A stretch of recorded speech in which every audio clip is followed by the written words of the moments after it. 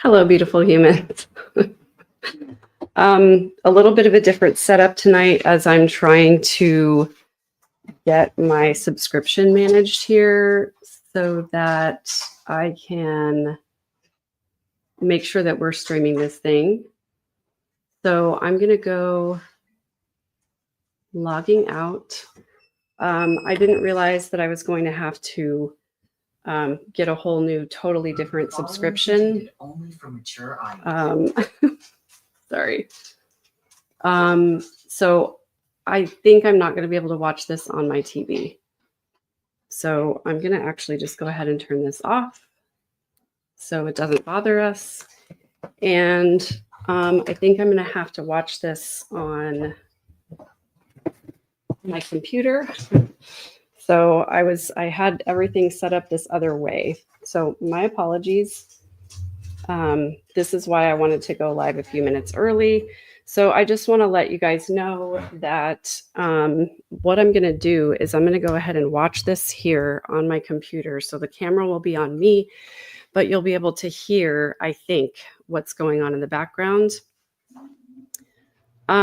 Diane, are you watching on YouTube TV? Is that an option? Because I totally can watch it on YouTube TV. I just didn't think that it was going to come on if I did that because I wasn't able to see the episode. So can you let me know if you're wanting to watch on your computer, you can go to hulu.com and sign up for their TV service and then cancel it within 3 days and you don't have to pay.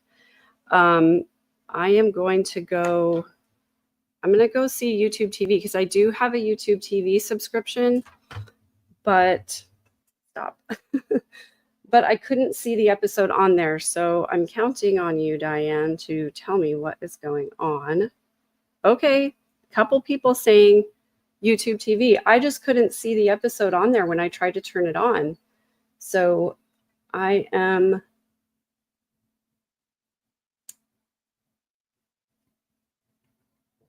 Barbara, you have to have the Hulu TV streaming subscription. I have Hulu in a bundle with Disney Plus, and so I can't watch live TV with that subscription. So they say what you have to do is cancel your bundle and then go sign up for the TV thing, and then you can cancel it 3 days later.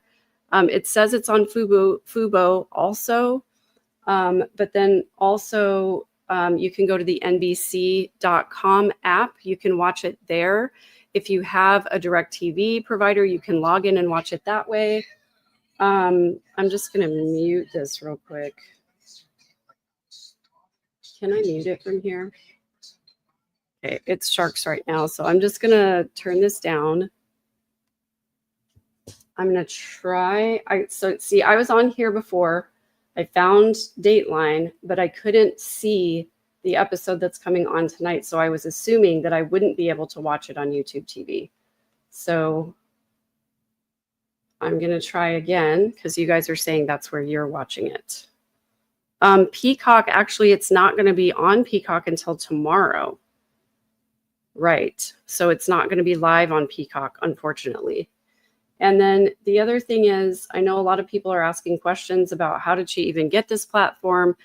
I don't agree with it. I'm not happy about the fact that they allowed her to do this interview from jail. If she had a competent attorney, her attorney would probably recommend that she not do this. But then again, she doesn't. So Mrs. C, just to tell you that it is not available on Peacock until tomorrow.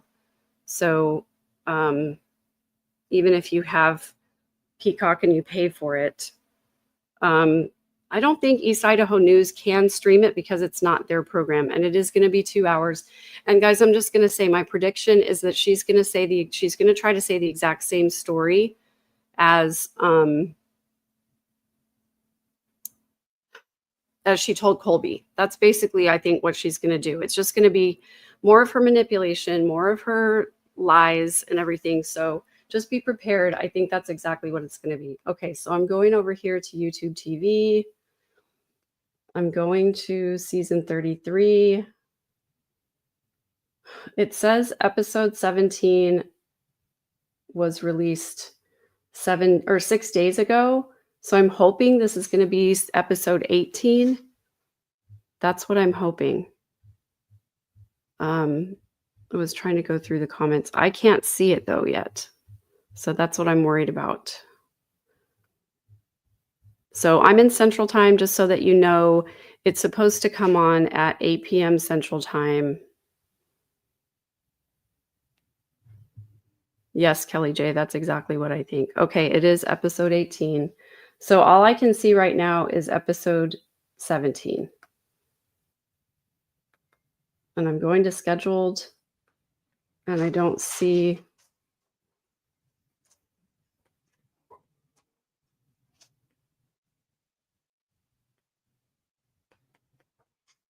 I don't see it. So I'm a little worried, you guys, because it's 5 minutes away. So I'm going to go to watch now. Those of you guys who have YouTube TV, are you seeing it up already? Because all I see is season 33, episode 17. Look at your guide on YouTube TV. Oh, live on NBC. Okay, thank you for that, Justine. I really appreciate it. Okay, I have to go back to live. It's a little stressful. I've been at this for half an hour already trying to get this up. So, okay. So we've got, nope, sorry, live. Thank you. Okay, and okay, I see it now. Okay, I think we're good. So I'm just gonna, okay, there it is. Okay, sigh of relief. Okay, so this is here. It's here's what we're doing. Yes, please hit the like. Thank you. It is 7:56 Central Time. This episode is supposed to start in 4 minutes. I'm going to have it on the TV here behind me. I'm going to be watching it. You'll probably be able to hear it. And I'm sure it's probably going to have commercials as well. So hopefully during the commercials, what we'll be able to do is I'll be able to pause it and give some commentary. And then after the episode is over, I know it's super late for so many of you. If it's too late, you can always come back to this episode on my YouTube channel tomorrow. After this episode is over, I am going to be doing a recap and unpack of my feelings and my thoughts on everything that we watched. So you can come back. Justine says it's almost 7 p.m. here in Arizona, but NBC doesn't show here until 8 p.m. Arizona time. So you can't watch it live. Okay.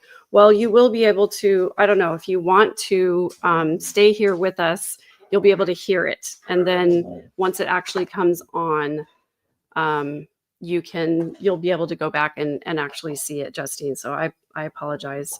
So yeah, we've got just a couple of minutes. I had big plans to like have my dinner made and eat dinner first and then come and do this, but I haven't done that. So I probably am going to be trying to fix my dinner and eat it while we're watching because I'm hungry and it's going to be 2 hours. So anyway, please do self-care. Please take care of yourself. Step away if you need to. Pause it if you need to. This episode is going to be up on my YouTube channel. So if you want to come back to it later after you've watched the episode and then skip to the end where I'm going to have my thoughts at the end, then you can definitely do that. So I appreciate you guys supporting each other in the chat. I can't monitor it super closely. So everybody, please be respectful of each other and each other's opinions. I am watching this informationally. I am also going to go on Mormon Stories on Sunday at, I believe, noon Mountain Time, which would be 1 p.m. Central Time, to do an unpack as well. So there's going to be plenty of commentary on this. Just take care of yourself. I just wanted to be here to be able to chat with you beautiful humans while we're dealing with this live, real time. So we've got just 1 minute before it comes on. So you guys know what the deal is. If you can watch it live with us, great. You'll be able to hear it over here. And then also as soon as the episode is done, I will do some thoughts And then, come back to the channel and watch this tomorrow if it's too late for you. And you can fast forward through the episode and just get commentary. So I appreciate you guys. Yes, it's on YouTube TV. And yes, even the previews have been really triggering. So I know this is going to be a difficult watch. So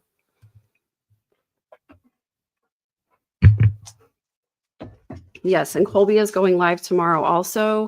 It's not going to be the whole team, unfortunately, on Mormon Stories because of family considerations.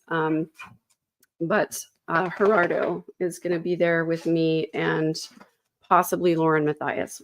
We'll see.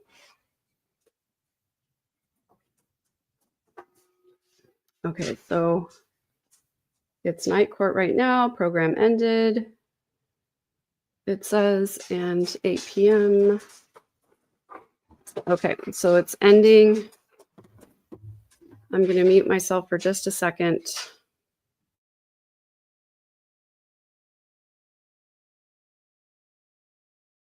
Good one, Keith. Most hated mom in America. I heard that.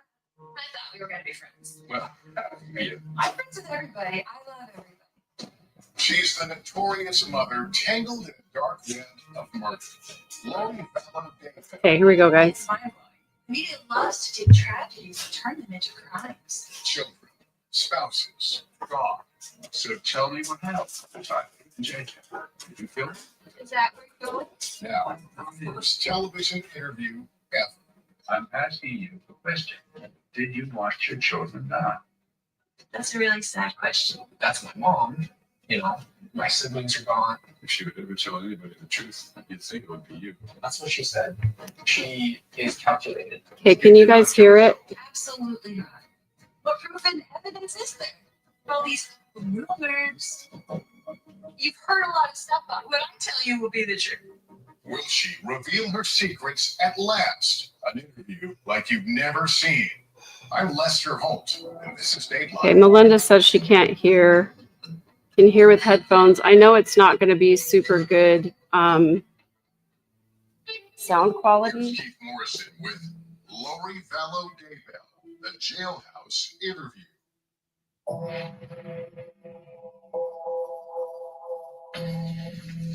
Now, as I look back at this scene, I cannot help but wonder.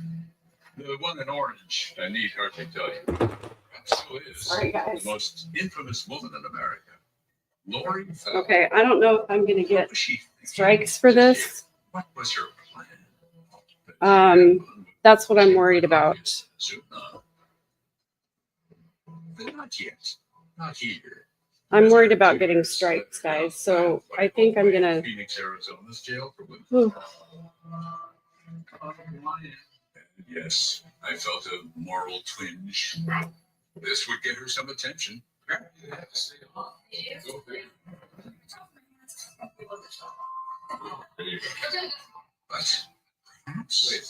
half a decade after the events that put her here, she would finally tell us why. Why Okay. her children are dead. And her ex-husband and her lover's wife. Why all that information? Yeah, I don't want to get striked, so I'm gonna go ahead. I'm gonna go ahead and move it back. Sorry, guys. Unique way of dealing with those interrogators. You're the most hated mom in America. I heard that, and we all know what the media does. They exaggerate everything, and they make stuff up, and they twist things around. So I don't know how it became what it is today. It's amazing to me, and I don't really know. And I'm not exposed to what's going on out there. Are you misunderstood? Absolutely, but. Yeah. Misunderstood how? I mean, how do you I mean, how do you know a person if you never talked to them in 5 years? How do you know anything about them? How do you know anything about their life? About how it really is? You remember the case, right? You can forget it. Hey, Chad, Morris, Dateline. How are you? You said nothing? We began our coverage just over 5 years ago on the island of Kauai, where in January 2020, we found Lori and her fifth husband, Chad Daybell, just the two of them, seemingly on holiday, without a care in the world. Where are your kids? Except There's a lot of people who are worried about your kids. Yes, except Are you guys worried about them? that this was just months after Lori's children, 16-year-old Tyler and 7-year-old JJ, had simply vanished from their home in Idaho, vanished from the face of the earth. And by then, police had learned about other suspicious deaths in Chad and Lori's inner circle. What happened to Tammy, Chad? Chad's wife, Tammy, found dead one autumn morning in Idaho, just a couple of weeks before Chad married Lori. Also recently dead, Lori's fourth husband, Charles Vallow. Charles had been shot to death by Lori's brother, Alex Cox. You know, no weapons? No weapons on me. And then not far away, in another Phoenix suburb, Someone just shot my window. a 911 call from the estranged husband of Lori's niece. It appeared to him someone was trying to kill him. So I just plug in. So, well, you get the picture. I'm getting shot at, so I drove straight. And the two people at the center, all these strange goings on, the missing kids, the dead husband, the dead wife, the drive-away shooting, claim to be leaders of the gathering of the 144,000 chosen people, who, according to their own unique reading of the book of Revelations, would amass in the spot in southeast, agreed the second coming of Christ. Chad Daybell and his new wife, Lori Vallow. In February of 2020, Lori was arrested in Hawaii and flown back to the state where her children had disappeared. I don't want to. Where again she. And then, 4 months later, Police found what they believed to be human remains. the bodies of the two children, JJ and Tylee, were found in Chad Daybell's backyard. They were charged with murder then. And after many delays, Guilty. the jury sentenced Chad Daybell to death. And Lori, Guilty. multiple convictions, Guilty. and a sentence of life in prison in Idaho. We met Lori Vallow 6 weeks ago at the Estrella unit of the Maricopa County Jail in Phoenix, where she is soon due to go on trial again. Twice. Charged with conspiracy in the attempted murder of her niece's husband and the murder of her own fourth husband, Charles. Got all that? There's like 10 people in the room with her. Do you know that, Keith? Oh, I know Did you that. control? Oh, I'm keeping right. So combative is how she was going to be. Practicing, perhaps. She is representing herself in court now. And she made the decision to meet me for an on-camera interview because she had been telling us she wanted to tell the truth. It's not fun when so many things are not true. Oh, yes. We'll get to lots of things. To Jesus in a jail cell. He has a great sense of humor, and he's super, super funny. The tall tales you know just can't be true. You're asking me personally, the only person on the earth who really knows, and you're shaking your head no, like that didn't happen.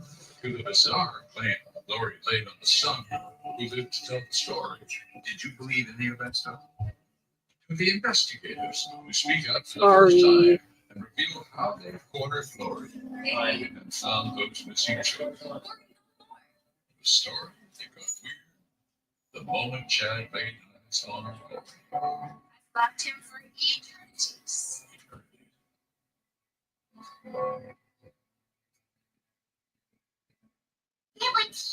Liberty Mutual. Okay, so there are going to be So there are going to be commercials, and I'm going to just turn down the volume during the commercials. I wish I could just mute it really easily, but I can't. Okay, so just my initial thoughts are that she obviously is manipulating. There's about 10 people in the room with her. I counted 4 correctional officers, and then I'm assuming the rest of the producers and people from Dateline. Keith has just done a recap of the case, and we are going to hear from Colby during the episode. And then, my son is bringing me dinner, so I'm grateful for that. I just need to text him real quick to tell him what I want. All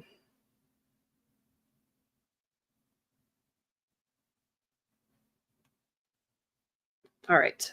So anyway, just to a lot of people are commenting on her face, and I think Peacock tomorrow, Kimmy Renee. I think that she just has had Botox and fillers for so long, and now not having it in prison. I've heard that there's such a thing as filler migration. I didn't know that that was a thing, but it is apparently. And so I think that's probably what you're seeing, like the wrinkles and everything. And somebody asked if she's always done that mouth, that little kind of smirky thing. She's always done that. She is shackled. They came in and they took off. She came in and she's wearing her orange jumpsuit. They did take off the ankle shackles, but they left the hand shackles on. And she's sitting in just like a regular old folding chair, nothing super comfortable. From the interviews that I saw with Keith Morrison, he said that the jail would only give them 90 minutes, and that included the time for them to set up. So they set up in a classroom just to make it look like it was a regular interview space. And Keith has commented that she has been very combative. And she came in originally and said, you know, I thought we were going to be friends. And so Keith commented on a couple of his interviews prior that she had an agenda. She has a story she wants to tell and get out.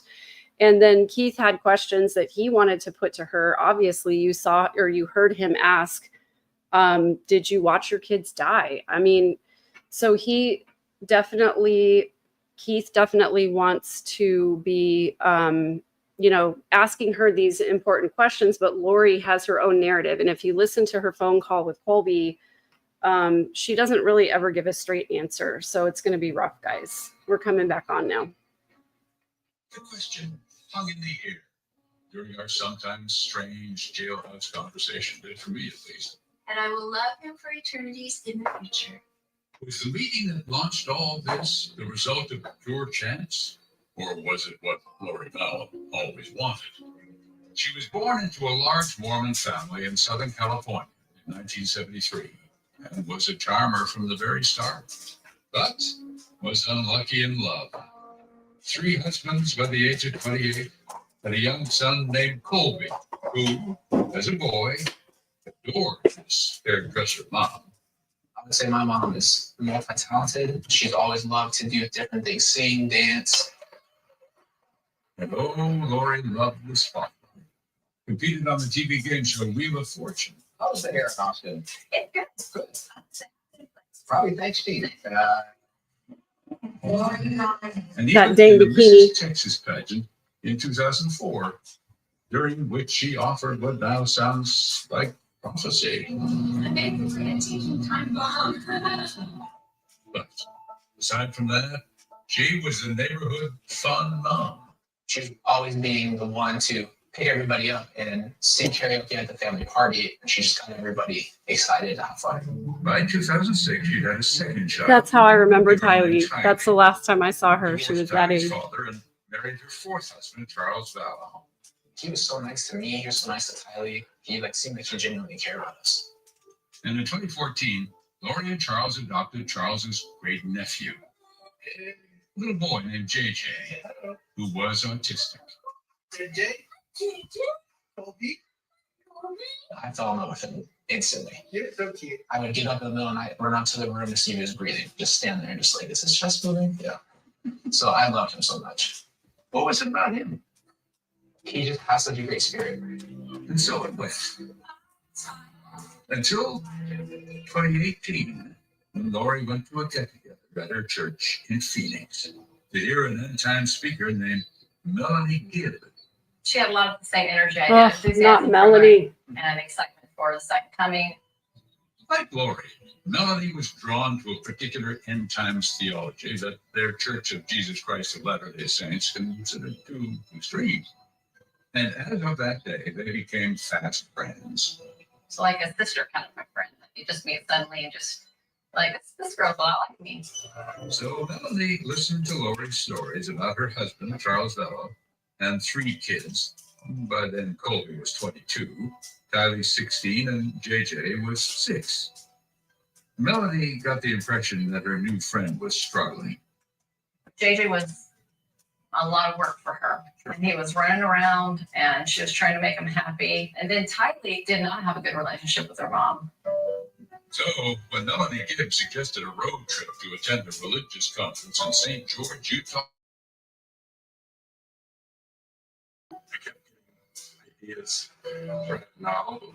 And once there, Melanie discovered that Chad Daybell, a man she knew was one of the speakers. Chad was an author of end times themed fiction. Claimed to have had near-death experiences that allowed him to see the spirit world, see the past, the future. Lori and Melanie went to hear him speak. And after Lori met Chad, she was 45 then, he 50. Do you remember the first meeting with Chad? Absolutely. What was that like? That was amazing. Tell me about it. It was amazing because the veil was once again opened and we remembered each other. The veil? Like the veil between heaven and earth. And that, said Lori to Melanie, is how she knew she and Chad had met in past lives. Lots of times. Chad's past lives? How many? 31. Dear Lord. And Lori's past lives? How many lives had she supposedly had? 21. And just 5 on this planet. Both of them had 5 on this planet. Oh, wait a minute. Just on this planet. Where were the other ones? Other Earths that were located in the universe. My spirit was standing up, looking down at my body. But now, And years after that meeting and all the trouble that followed it, sitting here talking to me in jail, maybe Lori would finally recognize a more normal I reality. mean, it's unlike anything earthly once you're out of your body. No. I recognized him spiritually. Recognize. Recognized me spiritually, that we had known each other for eternities. Chad, hi. Soon, Chad appeared on a podcast with Lori and Melanie. Glad to be on the podcast with you. And then, just 3 weeks after he met Lori, Chad traveled from his home in Idaho to Arizona for a religious meeting at Lori's house. Well, Lori's husband, Charles, was out of town. Did you see evidence? That's a huge freaking house. I didn't know that was their house. Oh, yeah. I asked her, like, why don't you get a divorce? And she said, well, I'm not allowed to. Lori's reason? She and Chad, she told Melanie, were exalted. Godlike. No divorce for deities. That's important. So I didn't know that. Lori about it. Or trying to. So when Chad came along and said you're a goddess and you've lived for since the beginning of time, and so is he. Chad said that. Are you saying that Chad said that? No, I'm saying. Did you hear Chad I'm say just this trying to to you? rip- You've heard a lot of stuff, Keith, that What? I'm here to say you've heard a lot of stuff. What I tell you will be the truth. Well, will it be? Was it ever? No, With Chad in the picture. she never tells the truth. Lori began saying some strange and disturbing things about husband Charles. Chad calls and says, I just want to let you know that Charles, something happened to him. His spirit is no longer on this earth. It is in the spirit world. And there was this character named Ned Snyder, and now he was possessing Charles's physical body. So would he become a demon or something? Or I guess you could call it that. They later phrased it as a zombie, but in the beginning they just said Ned. poor Charles had no idea about any of this, of course, until Lori told him. Because a couple of weeks after that phone call, the end of January 2019, Charles called the police. After coming home from a trip, finding This his breaks truck my heart. and his family were gone.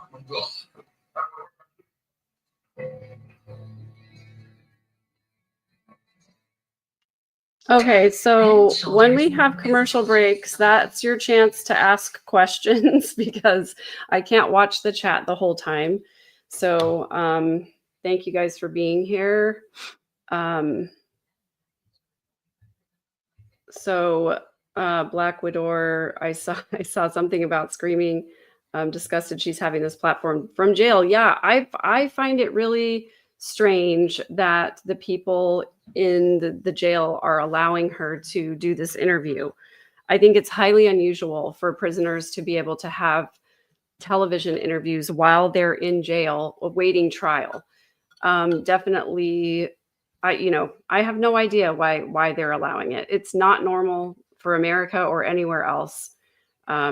So Brady, this is a great question. I mean, she's always been like this. Maybe not to this extreme. She used to be a little bit more charismatic and a little bit less obvious about her delusions and her manipulation. She used to be a lot more covert. And Shy Girl 8, thanks for the question. Absolutely, this can be used against her. And I think she knows that, but I think she's delusional enough to believe that she's not going to get in trouble. That's part of her delusion, is like she can do no wrong and nobody's ever going to hold her accountable, because nobody ever has in the past. So that's part of it. S. Follett, thank you so much for this super sticker. Love you, Megan. Poor Keith. He said he felt guilty for giving her airtime, said he won't ever give her more. And I appreciate that sentiment from him.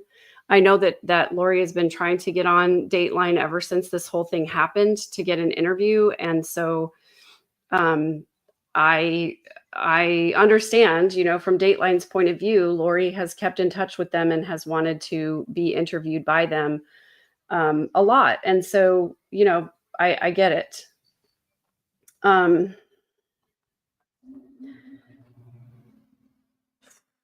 Thank you. I'm just trying to take this commercial time also to just breathe a little bit and sort of reset and just be in reporting mode. Trying to, this is what she is like. This is what talking to her is like. She gets her way. You can't really get a word in edgewise, but she's, like I said, she's more extreme now than she used to be. She didn't used to be this obvious about her manipulation. She's not making money off of it. Prisoners are not allowed to earn money while they're in jail from outside things. So she's representing herself, so she doesn't have a lawyer to advise her to not do interviews like this. It can be used against her, and I think it will. I think the prosecutors are probably listening and watching very closely. So thank you so much, Kimmy Renee, for the super sticker as well. And here we go back to... Oh, wait, this is an NBC commercial. Sorry, I thought we were going back to the episode. I agree. I'm revolted as well. I think Keith probably has watched Loin Fire, unfortunately. I would have to say, well, yes, she thinks she's a resurrected being and a god. Charles was up the ground shifting units. His wife Lori had, in his words to local police, lost it. Ever since she met this guy at a religious conference named Chad Daybell, Charles said, she was different. He said, "You're not Charles. I don't know who you are, what you do with Charles, but I can murder you now." Charles's anxiety was fully apparent on the body cam video. I'm going to kill you. You're going to kill you today. I'm not irrational. I'm not rich at all. Yeah. Later, at Charles's request, Lori submitted to a mental evaluation. Her visit was captured on the police body cam too. Lori told the police that Charles was the problem, said he had cheated on her, and then flew into a rage when she confronted him. Unfortunately, yeah, we've been to a few hotels, just like calms down or something. The cops seemed sympathetic.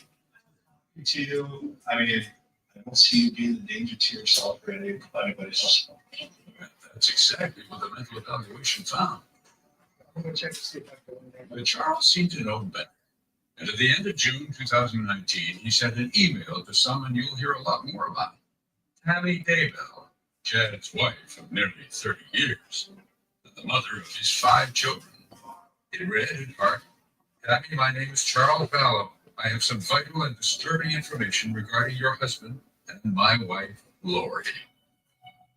Surely Charles expected some reaction from Tammy, but Nobody knows who opened that email, but it had been opened and deleted, and Charles Vallow's email had been blocked. here's Nate Eaton of East Idaho News and an NBC News consultant. So it's possible that Tammy Daybell did see the email and think, what is this? This is a weirdo. I'm going to delete it and block him. Or another theory is that Chad Daybell kept an eye on her email, deleted it, and then blocked the email in case Charles tried to contact her again. So Charles received no answer. He was alone and frightened, perhaps, when he told those officers she was calling him a demon with a strange name. Says, I'm Nick Snyder. I'll take it over Charles's body. It wasn't Nick, of course, but Ned Schneider. He was murdered today with off. But what did it mean? What were Chad and Lori up to? Was it why he asked her? And here's what happened. Are you saying he became Ned Schneider? Well, that's what he told the police, that you told him he was somebody named Ned You Schneider. really told that to the police? I have a video of it. Here? Yes, yes. He's on tape saying that to the police. He was terrified that you were going to kill him. Really, Keith? Is that where you're going to go with this? Well, that's what we're here to talk about. No, Lori wouldn't talk about Charles as Ned Schneider. But of course, she knew we had her text messages to her brother, Alex Cox, referencing Lori's beliefs that she could not move through portals to the spirit world while Charles was alive. Apparently, it is tied to Ned being gone, hopefully today or tomorrow. Alex responded, have fun and get rid of Ned already. That, said the police, seemed to be exactly what happened. Because on July 10th, 2019, Alex spent the night at Lori's place. And the next morning, after Charles showed up at the house, I'm in policeman ambulance. My shot has been self-defense. Subject that's been shot. the police in Chandler, Arizona, were wearing body cams when they responded to the 911 call at Lori's house. You know, no weapons? No weapons. All right, come on out this way. And here they encountered Alex in the front yard. Gentlemen, please come in. Inside, Charles, age 62, was lying dead on the living room floor. Alex claimed the shooting was in self-defense. Charles is the husband of And as you can see, he kept touching the back of his head, where he claimed Charles had hit him with a baseball bat. Another tall tale. Investigators have watched the tape frame by frame, of course, since it happened. The lead investigator up in Idaho, Ron Dahl, spoke for most. I find it hard to believe that if Charles would have hit Alex in the head with a bat, that Alex would be up walking around with a minor cut on the back of his head. 100%. You know, Charles, he played minor league baseball. He knew how to swing a bat. I find it hard to believe. The rest of what happened was also hard to believe. Though Lori was inside the house and certainly heard the gunshots that killed Charles, she promptly left and took JJ to Burger King for breakfast and then dropped him off at school before returning to find the police at her house, where she behaved not at all like a shocked widow. How long you lived here? Like 3 weeks. Oh, geez. Yeah, okay. That's what it first. Gotcha. Like, how did I verify? I said, what are you doing? Okay. Alex, Lori, and Tommy were all taken downtown to give statements and largely told the same story, that it was self-defense. No charges were filed. And then, just days later, Lori called the insurance company about Charles's $1 million life insurance policy. Are you aware of who the primary beneficiary of the policy is? It's me. Not exactly. Lori was informed the beneficiary was in fact not her at all. She found out within a few days that she was not getting any of the money because Charles had changed the beneficiary months earlier to his sister when he realized that Lori's mental health was not 100% and he was concerned that something might happen to him. The news that Lori had to break to Chad. She texted him, quote, so I talked to the insurance company. He changed it in March, so it was probably Ned before we got rid of him. It's a spear through my heart. There it was. We got rid of him, meaning Charles, and upset that his death by gunshot did not produce an insurance payment. So what would Lori Vallow say about all this? There's certain things that I can't talk about. Oh, because you're trying. I'm in trial coming up, as you know. But in the late summer of 2019, Charles Vallow dead and gone, nobody was keeping track of Lori when she suddenly picked up Tylee and JJ. They moved to Rexburg, Idaho, so close now to Chad and the unsuspecting Tammy Daybell.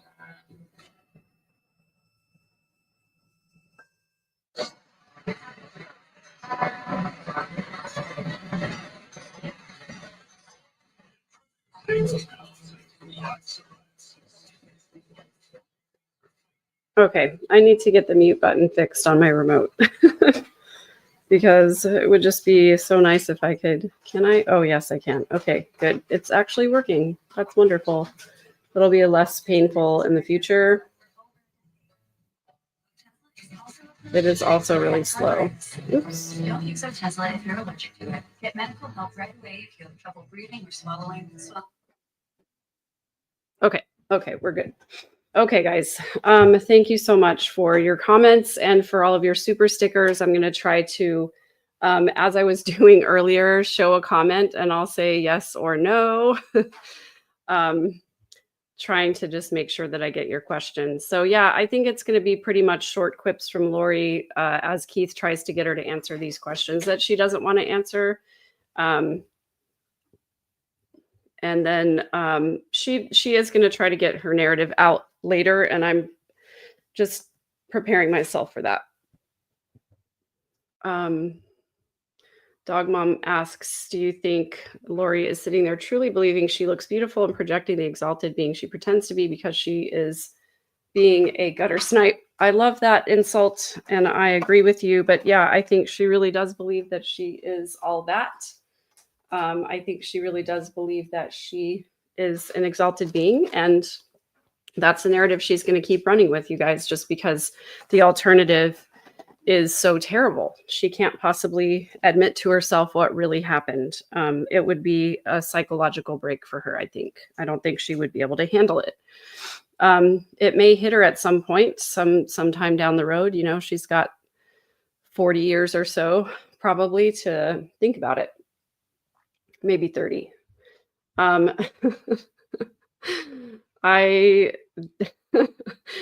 They do have mirrors in jail, but they're not very good ones. So people keep asking if she was always this way. And yes, she was. She was more covert about her manipulation, but she has always been a manipulator.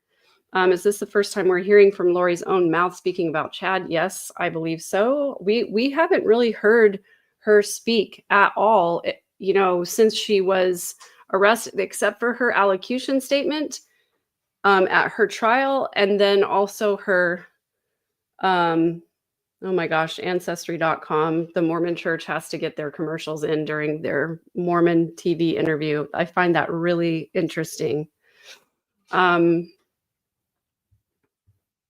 Yeah, so we heard her allocution statement and we've heard her speak at her trial hearings, but never about Chad. So that's interesting. Cheryl Bullock, thank you so much for the super sticker. I'm going to keep trying to show those stickers and super thanks and chats and all that. Thank you guys so much. If you want to make sure that your question gets seen, super sticker or super chat is the best way, because I can't watch the whole chat go by. It's going by too fast. Which one is the real Lori? Charles Vallow worried about her sanity. Her trial for the murders of JJ, Tylee, and Tammy was delayed for months while she was treated for religious delusions. Now, in Arizona, she's her own lawyer and is either serious or not about this. Does Jesus visit you often here? Jesus visits all of us. He's a very good friend of mine. He loves everybody. I'm just his favorite. You're his favorite? No, just tease. Let's joke. Can I joke with you, Keith? Can we joke? Yes, of course. That's my bumper sticker. I said, if I ever had a bumper sticker, it would say, Jesus loves you, but I'm his favorite. We're well down the rabbit hole now. as she dodged combatively from one distracting diversion to another. Almost like a character in Alice in Wonderland. I am talking. So. Was this the real Lori? Or is she playing a character? A lot. Okay. And playing me too, or trying to. Okay. By early September 2019, 2 months after the shooting death of Charles Vallow in Phoenix, one thing was obvious.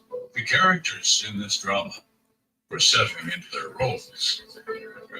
Chad Daybell was the prophet, the leader of the group, the man one investigator described as an unattractive, unsuccessful author, transformed into the keeper of the gates of heaven, foretelling the imminent end of the world, dictating with the wave of his hand the worthy of the damned.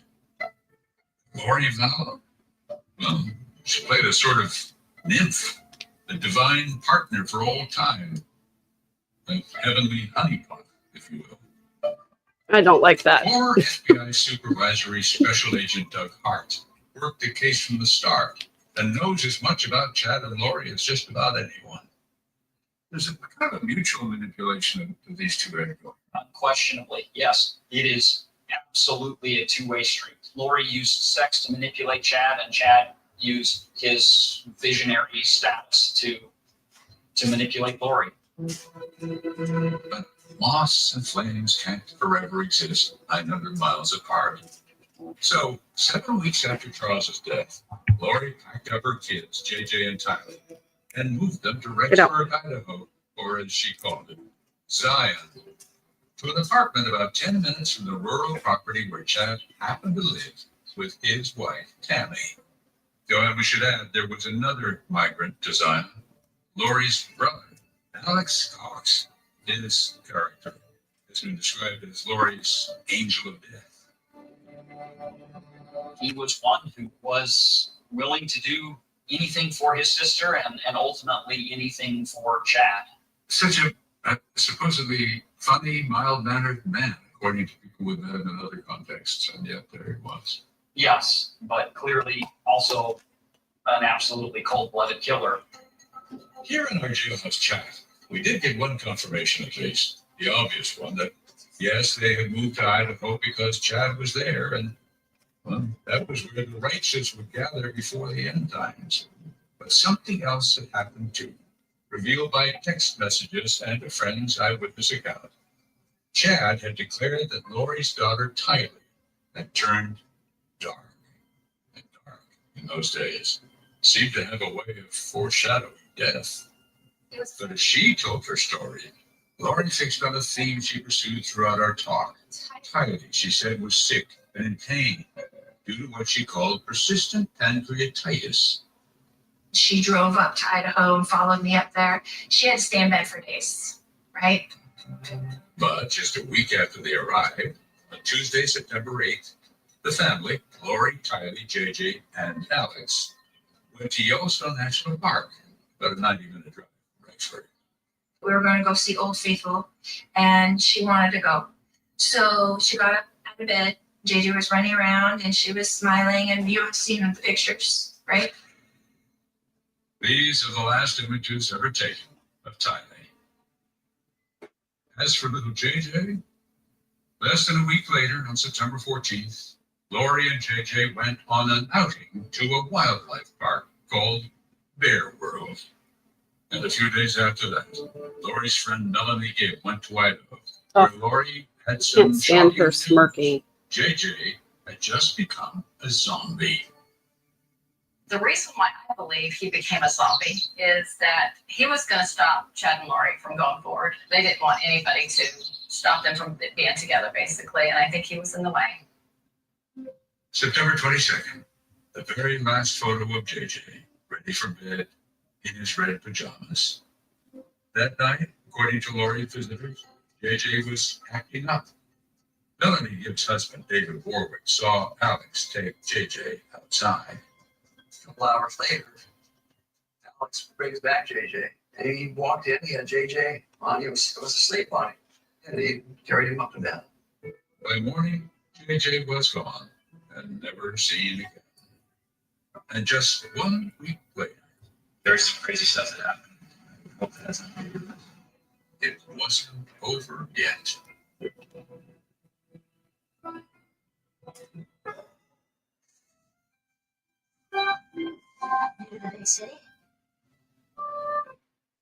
Honestly, I'm really grateful for the commercial breaks because I need the commercial breaks.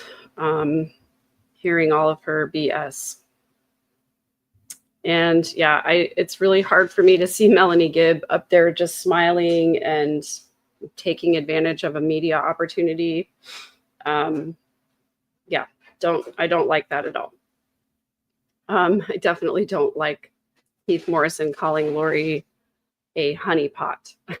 That's terrible. I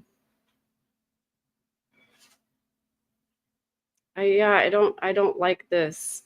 I don't like that at all. I really don't.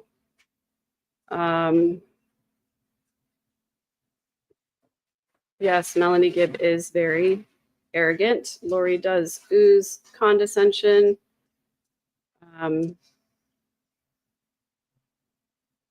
Yeah, thank you guys for being here. I just really appreciate it. So Lori claimed that Tylee had pancreatitis, which is an itis, right? Is an inflammation. So an inflammation of the pancreas that causes abdominal pain and vomiting. But it's kind of one of those diseases that can be caused by lots of different things. And when you don't have a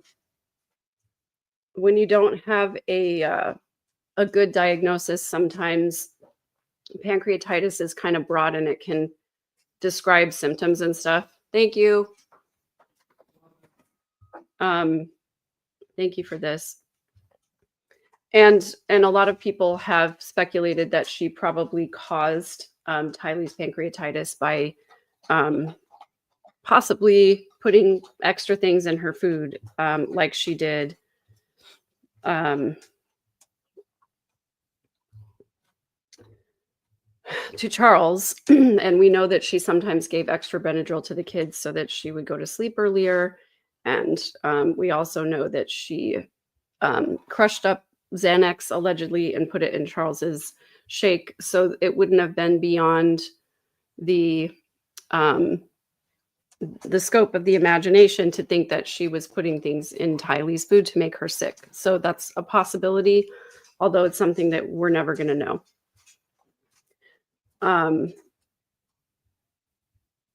So the last time that Tylee was seen was on that September 8th trip to Yellowstone.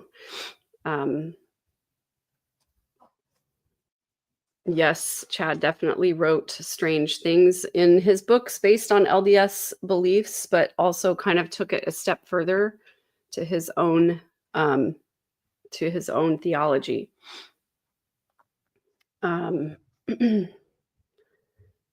Yeah, so this episode started at 8 p.m. Central Time, so we're 42 minutes in, about a third of the way in right now, and it's coming back on. So I'm going to do my best to keep answering your questions, guys. But if you put it on a super sticker, I'll be sure to see it. Lori Vallow knows the woman loves attention, and she is certainly getting it from all over the world. I hear stuff from my family that's like, oh, somebody does a blog about you every day or something. I'm like, how could they do a blog every day? It's been like 5 years. It's my blog. It's my blog. Nobody likes you that much, Lori.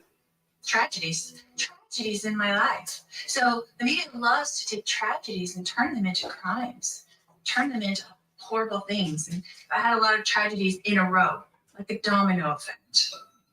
Tragic dominoes? Or maybe That you caused. Investigators could see as they collected evidence. Something far more intentional. Just 3 weeks after Tylee was last seen alive, and a week after JJ's disappearance, a frightened man called 911 in the Phoenix suburb of Gilbert, Arizona. Someone just shot my window. That's part of my house. The voice on the line belonged to this man, Brandon Boudreau. At the time, he was going through a nasty custody fight with his wife, Melanie Boudreau, the niece of Lori Vallow and her brother, Alex Cox. The police arrived quickly, captured the scene on body cam, and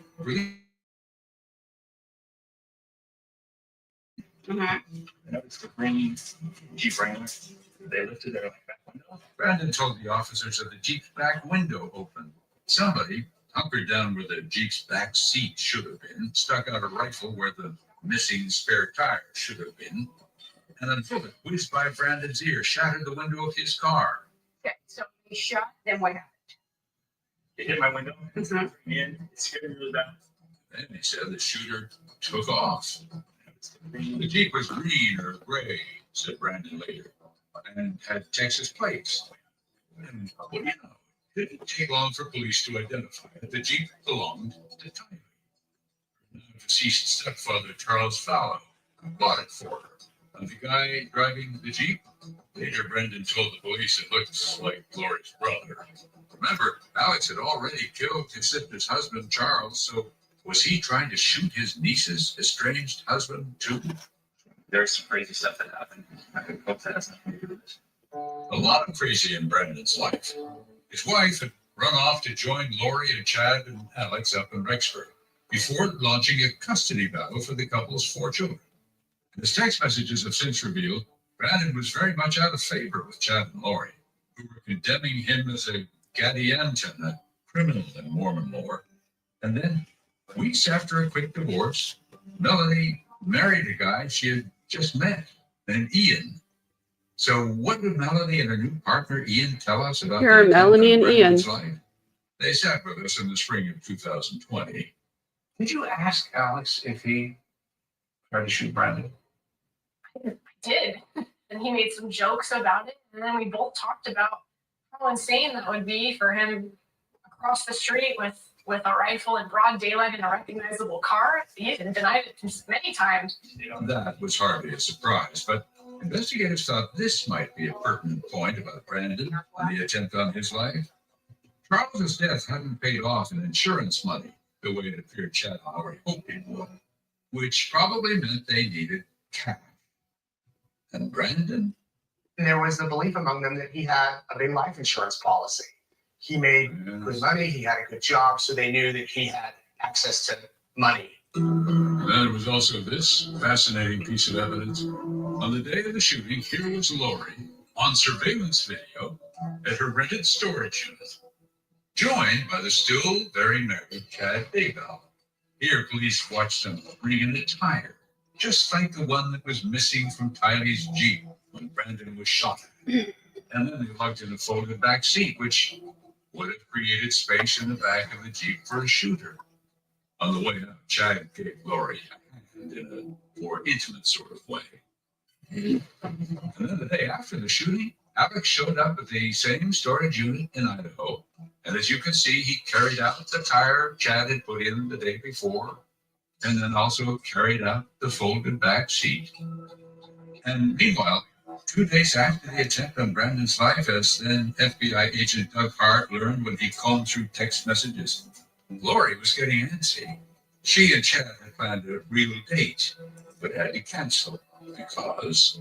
I mean, you've been to Rexburg, it's a small town, and Chad's, the chances of him being spotted while on a real date with Lori are pretty significant. Tammy wouldn't like that.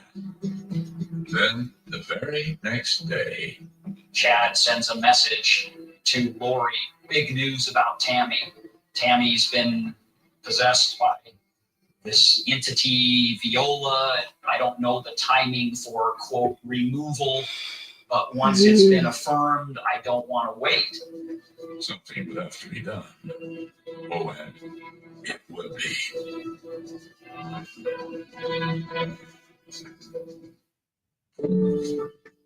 Okay. So Yeah, I have no idea, you guys, about the copyright questions that you're asking. Obviously, I'm only showing, or I'm only having audio, and it's not great audio. I know some of you can't hear it very well. So I'm hoping that between my commentary in the middle and the audio not being great and me not showing it, I'm hoping that that's going to make it so that I don't get a strike. I really appreciate you being here with me. This would have been hard to do alone. So I'm grateful to you guys. I appreciate to anybody who, yeah, I probably will just delete the live portion, or sorry, I'll delete the portion where we're watching it, and I'll keep my commentary at the end. So that's probably how I'll handle it. Shouldn't be a problem. So questions. So Yvonne, we've been over this a couple of times with her trial, but in Arizona, the standard for competency is only that you understand the charges against you and you're willing to participate in your defense. It has nothing to do with not being delusional or not having a personality disorder, which in her past trial, they diagnosed her with delusional disorder, with hyper religiosity, and some other things, I believe. I'm going to let chat answer for anyone who's asking how it can be streamed. Do you believe she may have committed crimes before these horrid events? Yes, I do. I believe that she probably was complicit in the unaliving of her third husband, Joe Ryan, as well. But also she probably did commit petty crimes and things like that. I mean, sorry, that's all speculation, right? But she definitely believed she was above the law. She definitely believed that the rules don't apply to her. And she also has no capacity for taking responsibility for her behavior. So I don't see Summer. I've tried to reach out to her a couple of times and she hasn't responded. I think she probably believes some things about me that are not true. And so I understand why she doesn't want to talk to me. Yes. Yeah, there are some new things here. A couple of things that Lori has said, and I'm going to have to rewatch it again to nail those down. And I probably will just have to bring those out during Mormon Stories episode. There are a few new things for sure. Take some deep breaths, take a little walk around. If this is bothering you, pause and come back if you need to. A lot of her personality traits she got from her dad. Yes. Thank you guys so much for being here. Oh. So it's kind of the idea of like, you go off to college, learn a bunch of things, have experiences, that's what life is, and then you go home. As the story said and explained, it all seemed so benign, as if she were in a temple wearing robes instead of bright orange and blue handcuffs in a high security jail. So I could almost forget what she was here for. Things like this.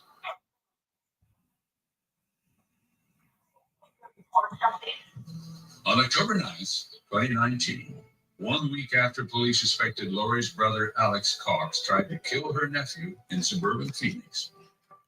Someone just shot my window. And 3 months after Alex did kill Lori's husband, Charles. I had a fight with my brother-in-law. Shot him in self-defense. A 911 call came into an Idaho sheriff's office.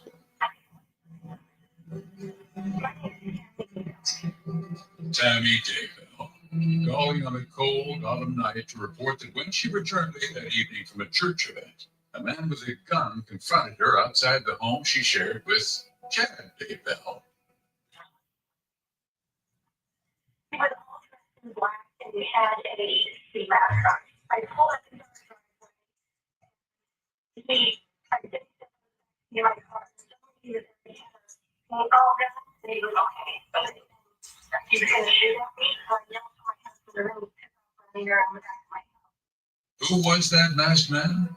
The FBI ran a cell phone geolocation search, which revealed that Alex was near, and then his phone was shut off just at the time of the attempted shooting. This is a 2-hour episode, by the way. Thank you. It was months later when Detective Ball sifted through Alex's digital trail and concluded that what Tammy Daybell thought was a paintball gun was not that at all. The paintball gun incident, what was it really in your mind? I think that was attempted assassination of Tammy that was planned out by Lori, Chad, and Alex. And after the failed attempt, said investigators, Alex went on an internet search for AR-15 cold weather operation. So was it the cold weather that saved Tammy Daybell that time? maybe. Add to this, Tammy didn't park in her usual spot. And so when Tammy Daybell pulled in the driveway she normally didn't park in, it likely threw Alex off. He had to run further than he would have and could have shaken that gun. Thus, the gun misfired or didn't fire at all. And she may have heard of like some sort of semi-pop and thought it was paintball. Exactly. So, plan A having failed, apparently it was time for plan B. 10 days later.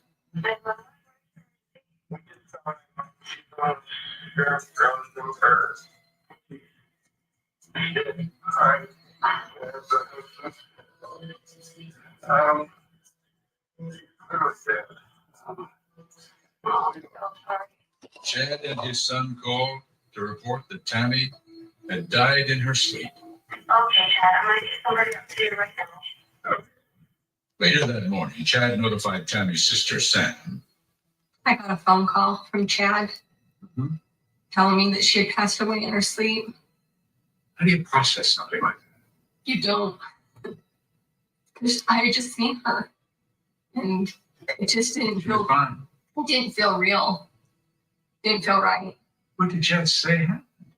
That she'd been sick and had a coughing fit and passed away. It was a really hard moment. Tammy was buried without delay in her hometown in Utah. There was no autopsy. Chad's choice, the sheriff said, because back then it just didn't seem suspicious. It was later when the story began to emerge that they exhumed Tammy's body, and the ME found bruises on her arms as if she were held down, and the cause of death was asphyxiation, just what lead investigator Ball suspected.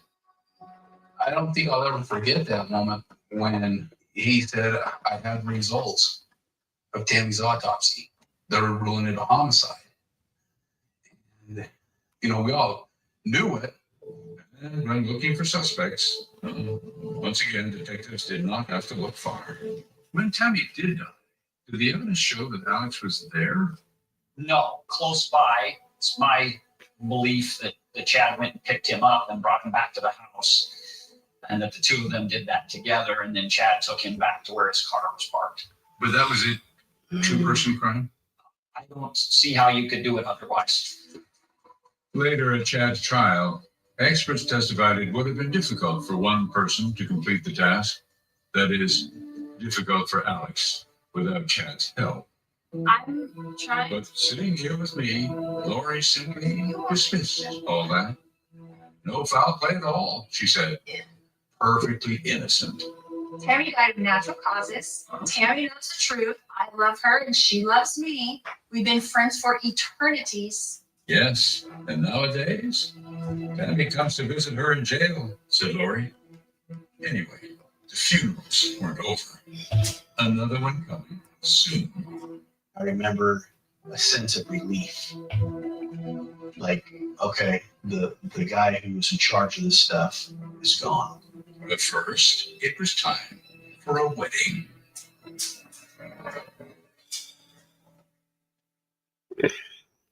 Those dang malachite wedding rings. Lots of weirdness about that. Guys, thank you for being here with me to unpack this. I really appreciate it. It's helping me. I really appreciate it. So yeah, there is a lot of manipulation and a lot of Lori's crazy tactics. And yes, I'm going to be on the Mormon Stories reaction to this, which I think is going to air on Sunday at noon Mountain Time. So I'm probably going to have to rewatch this at least once between now and then, because this is all just raw reaction. I'm going to have to take some notes next time. So if you put your questions in during the commercials, I can make sure that I get them. I really appreciate you guys being kind and respectful to each other in the chat. My people who are normally here on the channel with me, I really appreciate you guys helping to answer questions and everything. I've seen some of those go by, so I really appreciate that. Thank you for this, Brady. That's so kind of you. I believe the answer to this is yes. Nonchalant and jokey in public, but another way when out of sight. Really just like no real emotions, all very superficial in public. I don't ever remember like having a real conversation with any of the Coxes about like, how are you doing? What are your feelings? You know, when XYZ happened, how did that make you feel? Are you doing okay with that? How are you processing that? Like none of those kinds of conversations. So very superficial stuff.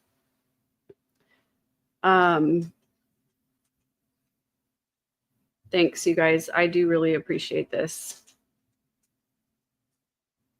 It's helpful. It's very helpful. I of course hate it when Lori is so disrespectful to her, but you know, we saw this with her allocution statement, so I'm not surprised by it. So unfortunately, Lori is just gonna Lori. So if you're new to the channel, thank you so much for being here. I'm Lori Vallow, Daybell's first cousin. We grew up together. She was a bridesmaid in my wedding, and that is why. And I've been around the Coxes all my, you know, growing up years and most of my adult life. So that's why I talk about this stuff, to point out Lori's unhealthy behavior. My friends with everybody. I love everybody. Yeah.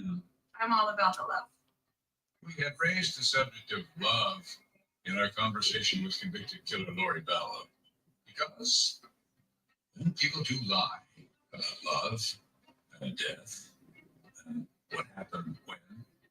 But what's the title of that old song? Facts don't.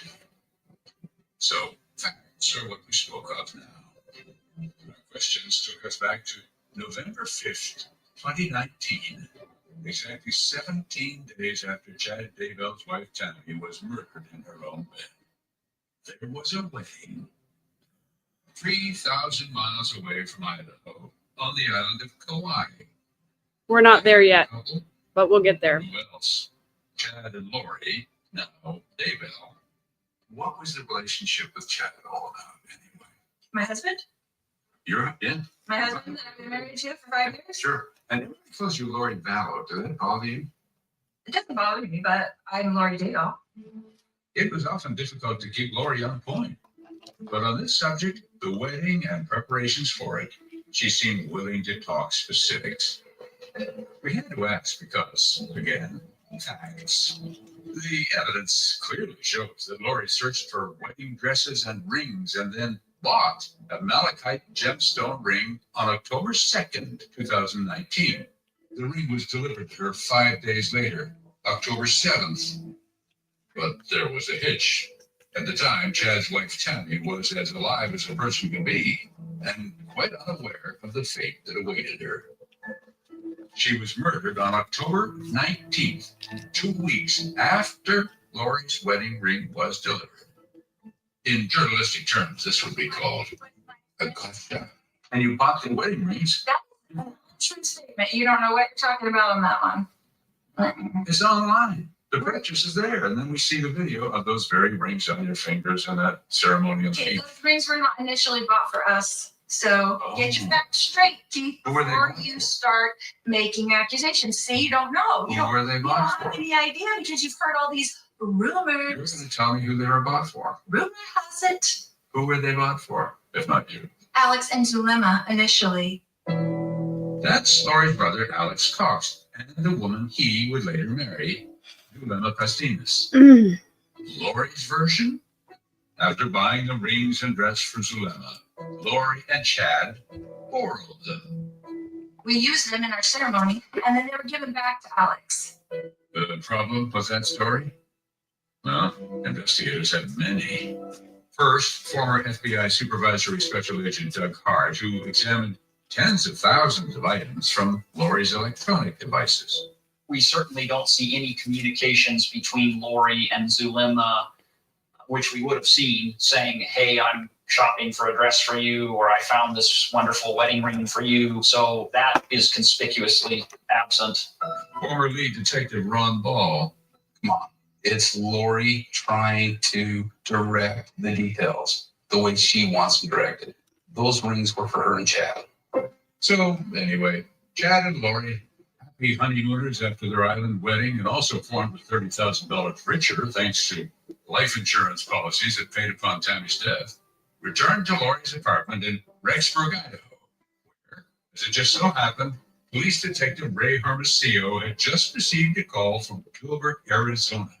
Detectives there were investigating an attempted murder. Okay, so you shot, then what happened? It hit my window. Remember, that shot was fired from a Jeep at Brandon Boudreau, the estranged husband of Lori's niece.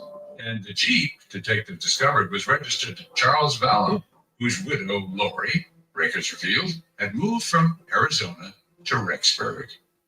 So what did they want you to do? They wanted me to do some intermittent surveillance, kind of watch the place. The place was Lori's apartment complex, where she and Chad and Alex and Lori's niece Melanie, aka Brandon's estranged wife, had all set up shop. While keeping watch, Detective Hermosillo read in on Alex Cox, who was suspected of trying to kill Brandon, and who, a few months earlier, did kill Lori's fourth husband, Charles Vallow. So what are you thinking about him at this point? He's kind of a dangerous dude, right? At the same time, Hermosillo and his lieutenant, Ron Ball, started hearing even more chatter about Chad and Lori. Like how Chad's first wife, Tammy, had suddenly died just a few weeks before. The common denominator in this whole thing is Lori. And it was at this point, when police from Arizona traveled to Idaho to seize that Jeep, that investigators started to focus on the question, where are the children? They asked about JJ. JJ, as in JJ Vallow, Lori's 7-year-old autistic adopted son, who, along with his sister, Tylee, at this point had not been seen for weeks. What did they want to know about him? They just asked through our surveillance if we had seen a little boy outside playing outside the residence, and we told him we hadn't. He said, okay, well, his grandma hasn't seen him for a while, and I may need your assistance to go knock on Lori's door and see if JJ's with Lori. So on November 26th, 2019, the detective did just that. But at Lori's front door, there was no answer. We went around the back, and that's where I finally met Alex and Chad for the first time. What were they doing? Just hanging outside the back door? They were unloading a pickup truck. I asked Alex where JJ was at. You know, he kind of looked over at Chad. Chad looked back at Alex. And then he said, I think he's with his grandma in Louisiana. The detective felt a weird vibe from Alex. What was he like? Nervous. Especially when I told him that that was unlikely because grandma in Louisiana was the one that called in the welfare check. He gave me that 1,000-yard stare. And based on his reaction, I knew there was probably something more going on. Something more, all right. The detective asked for Lori's phone number. Alex said he didn't have it. Yeah. So, did Chad have Lori's number? He said he didn't know Lori's number. He was married to her, but he didn't know her number. He didn't know that I knew he was married to her, right? Oh, no, of course not. Yeah. I asked him again for her phone number, and he finally gave it to me. But at that point, I knew something was up, for sure. Perhaps few detectives in the history of law enforcement have ever been more right. Something was up, indeed. The looming collapse of Chad and Lori's house of cards.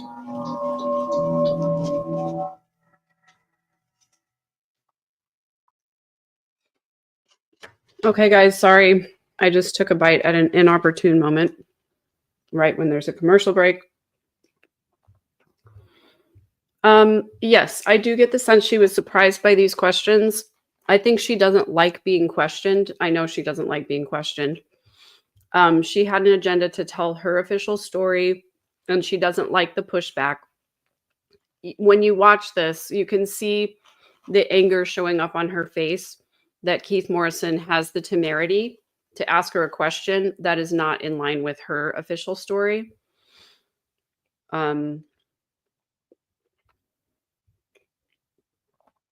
Yeah, so this is, we're about an hour and 10 minutes in. We've got about 50 minutes left, 50 minutes left. Yeah, thank you guys so much for being here with me. I just really appreciate it. Yeah.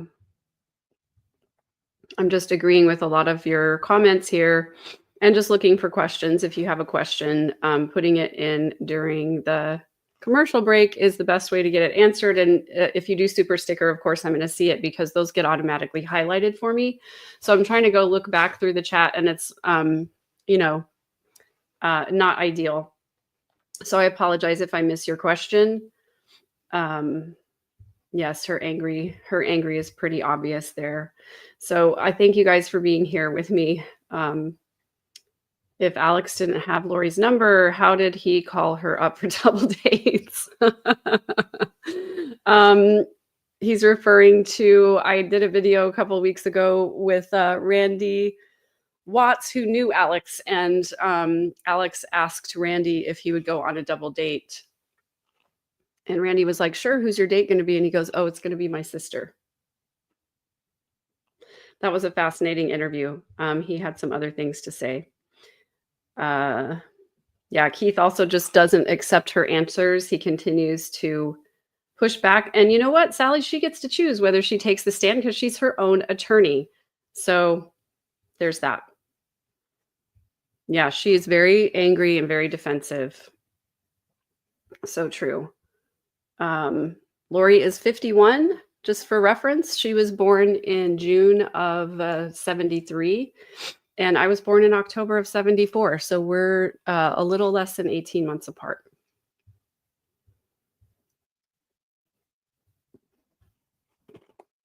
Okay, I think we're almost, no, I've never talked to Zulema. Definitely not. Probably never will. Don't really want to. Thank you so much for the super sticker. Love it. Thank you. Thanks for your support.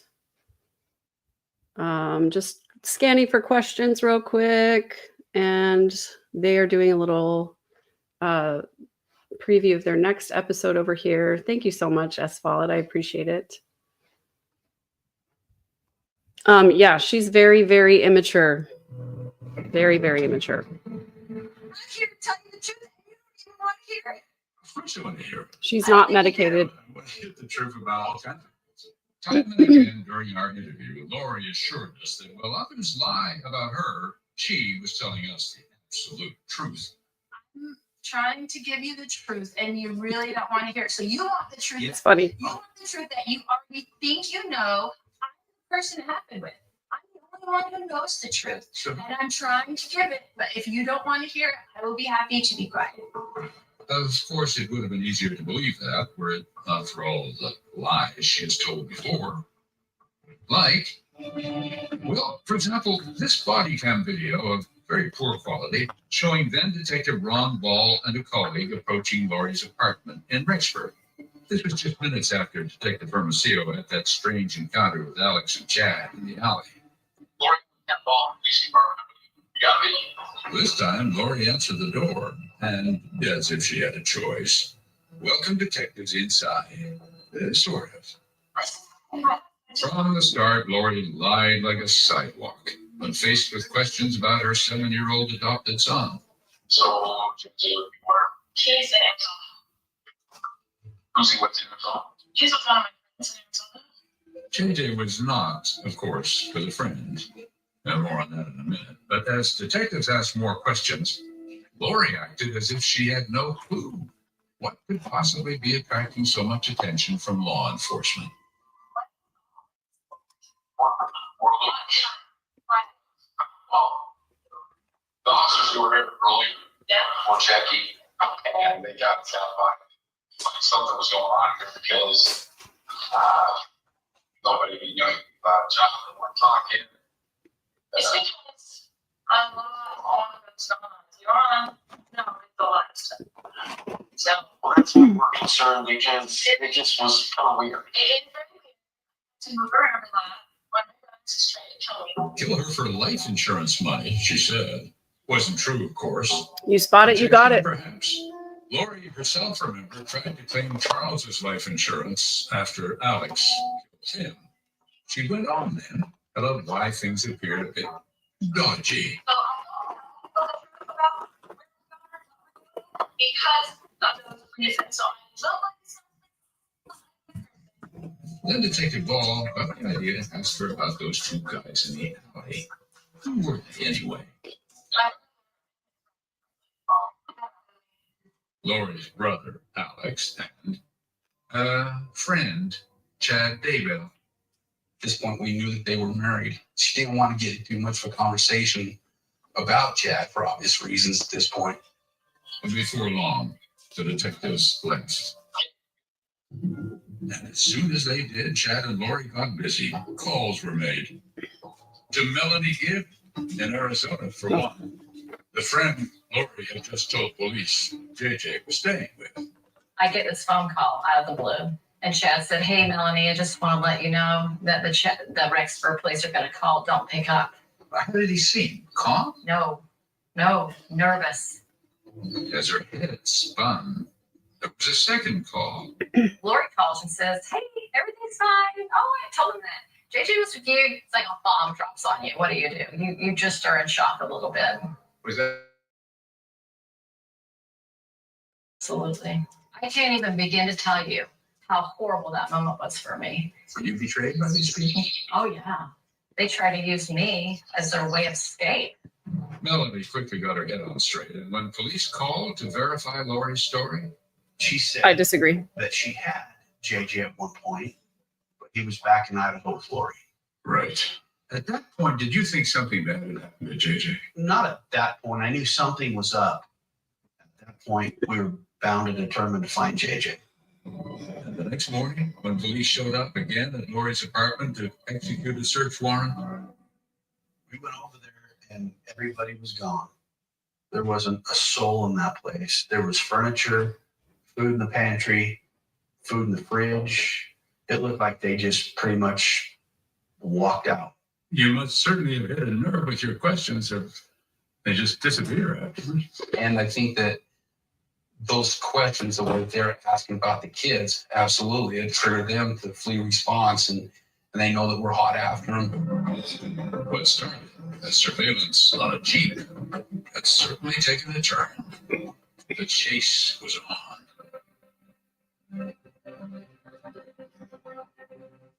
Of your child's moderate to severe eczema with Dupixent. Is they will. Oh my gosh. Okay. Sorry. I really don't like Melanie Gibb. I don't like watching her. It is infuriating to see her try to kind of like defend her behavior and to, just explain away these things and try to make it seem like she wasn't doing anything bad.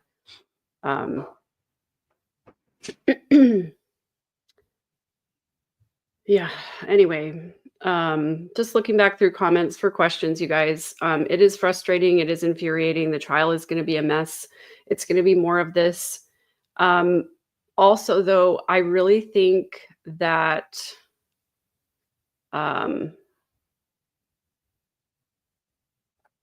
I'm sorry. I just totally lost my train of thought. I don't think that the judge is going to allow her to have narratives during jail or during the trial. I think she is not going to be allowed to testify. She's counsel, so she has to ask questions to get a narrative out there. And if she wants to tell her twisted story about what she thinks happened, she's going to have to get on the stand and have one of the advisory council question her. So lied like a sidewalk is pretty funny. I love that. Okay. Any word on how Kay and Larry are doing? They've been quiet since Chad's trial and conviction. I think they're doing well. Kay is actually looking forward to testifying in this next trial.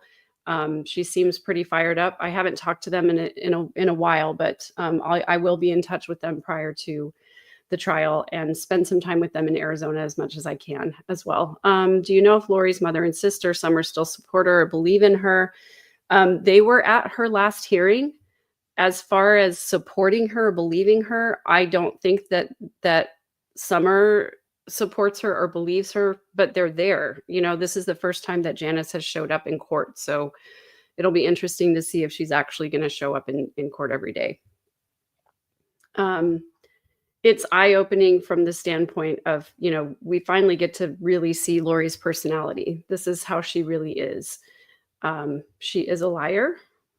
She subscribes to that never defend, just deny, very cult leadery. Yep, deny, attack, reverse victim and offender. Yeah.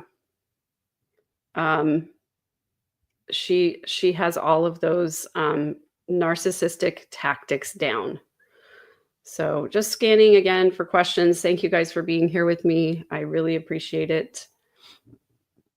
I agree with this assessment. I definitely think both the Melanies and Zulema have not at all said all of the things that they know. I think that is certainly true. And I don't know if we are going to learn any more from them during this trial. I wish that they would tell everything that they know, but I know that they're worried about implicating themselves. So I believe that she does. I believe that Melanie P. is in touch with the Cox family. They love her a lot. I've talked to her a couple of times, but decided not to talk to her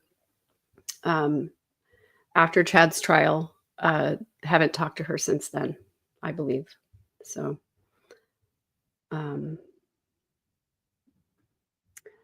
I believe the answer to this is the likelihood of conviction. I think there's not a strong likelihood of conviction, especially when they've already gotten a conviction on the death of the children and Tammy. So I think that's why. I don't know if he is aware of this book or not. Oh shoot, I'm talking over Lori. Sorry, guys. As Lori Vallow continued to explain the finer points of parenting, it was not lost on us that more than 5 years ago, she had gone on the run when detectives asked her one simple question to which every parent of a 7-year-old child should have an answer. Where's your child? Where was JJ? For that matter, where was his sister, 16-year-old Tylee? When Lori and Chad Daybell disappeared from their apartment in Rexburg that day in November 2019 and returned to Hawaii, did they understand how quickly the law would catch up to them? They couldn't have known, really, that within 24 hours, the FBI had been called in. One of the investigators would soon contact her son, Colby. I called her. I was freaking out. I said, the two detectives are looking for Tylee and JJ. What is going on? She said, I got it. I'll take care of it. I love you. Have a great day. Something like that. Detectives in Idaho entered JJ's name into a database of the National Center for Missing and Exploited Children. Through our investigation up to that point, we learned nobody had seen Tylee either. So we also added Tylee to the missing persons report. And when they asked that great detective, the public, for help, Tonight, 2 Arizona kids are missing after vanishing without a trace. After going public, we started receiving tips on where Chad and Lori could be, and some of those tips came from Hawaii. Huh. Enough to make you think that's where they are.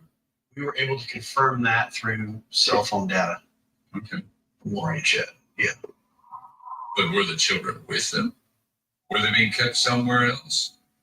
Detective Ray Hermosillo didn't know what to think. You kind of wondered in the back of your head, are these kids okay? Are they stored in a bunker somewhere for crazy religious beliefs? And then, in the middle of all those questions, a brand new shock. Emergency. Something happened to Lori's brother, Alex Cox, her angel of death. Something bad. He collapsed in an apartment in Gilbert, Arizona. Alex was rushed to a hospital, but it was no good. Later, police interviewed the woman Alex had married just 2 weeks before, Zulema Athenas. I remember them taking us to the hospital, and I don't remember much of what happened between that and until the time that they brought me back to the room for me to turn off the machine. Then I remember somebody came saying that I couldn't touch him anymore, that he was considered a crime scene, and that I needed to leave. It will surprise no one. There was considerable suspicion early on of foul play. I remember a sense of relief. Like, okay, the guy who was in charge of this stuff is gone. Me too. But then it was immediate with, now we have another body. It was so overwhelming, Keith, that we didn't know what to think. And here is the designated killer apparently killed, or at least dead. And he didn't know why. Didn't know why at that point. But when the autopsy was done, the ME concluded that the death of Alex Cox was no crime at all. Alex Cox had been killed by blood clots in his lungs. Bilateral, He was 51 both years old. lungs. I would like to have been able to arrest him and charge him for the crimes he committed. I think he got out of this a little too easy. I agree. Meanwhile, detectives and special agents decided enough was enough. They patiently worked the case for 8 weeks. It was time to get Lori and Chad in Hawaii. And it didn't take long for law enforcement to find them. Here they were, sitting by their hotel pool on a warm, sunny day in January 2020. What they gave her was a court order demanding she produce JJ entirely within 5 days. The next day, the police pulled them over, searched their car, seized their car, and thus forced them to walk a gauntlet of reporters back to their hotel.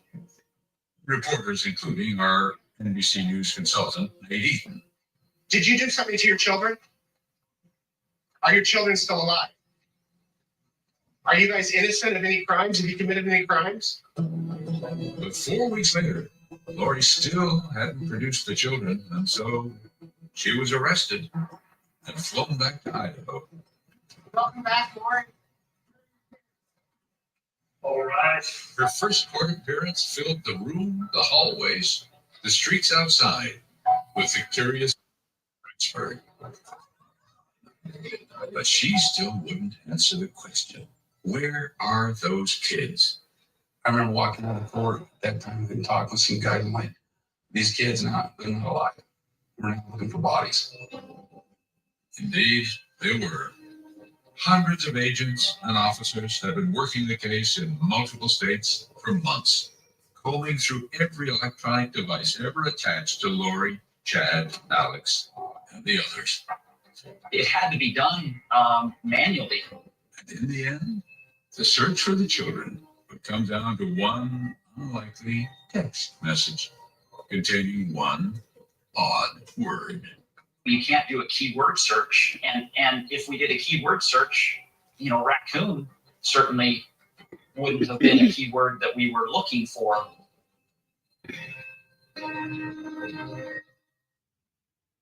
Severe Crohn's disease. And my ulcerative. Just so you know, every single one of these commercials so far has been for some kind of medication. Okay, so there was a super chat that came through. Thank you for being here. Mbati Kumba, I hope I'm saying that right. Bahati. Did Lori ever show signs of mental illness growing up? So all I can say is that I recognize now, looking back on my time with Lori, from the time that we were teenagers, she was manipulative this way. Not as overt, not as obvious, and not as combative, but definitely manipulative. She wanted what she wanted, and she would do whatever she could to get her way. And she didn't really care about hurting people's feelings, or she didn't care about being socially acceptable when she would try to get her way. So there's that. Wow, 1,267 people here. Thank you guys so much for being here. Please if you're new to the channel, please subscribe. I do talk about the case coming up, the Arizona case. I have all of the updates on my channel. And the main thing that I talk about is that we all know somebody like Lori, somebody who is manipulative, maybe not to this extent, but my mission is to help people understand coercive control, to help people understand manipulative behavior, and to learn how to defend against it so that we don't have these kinds of situations happen again, so that people will call out these manipulators for their behavior and hold them accountable. So that is my main mission. I do believe that Lori talks to her mom through the prison text system. I don't know if she's being visited or anything like that. Lori and Chad are allowed to write letters to each other, but they can't talk to each other live. I really appreciate you guys asking questions and support. I know you're not, like, if you're asking a question, I'm sure you're not the only one who's wondering. There has to be medical records. Wait, do you know the story of Lori died, Tylee is true? No, she absolutely never did die on the table when she was giving birth to Tylee. She did not have a near-death experience. That is 100% manufactured.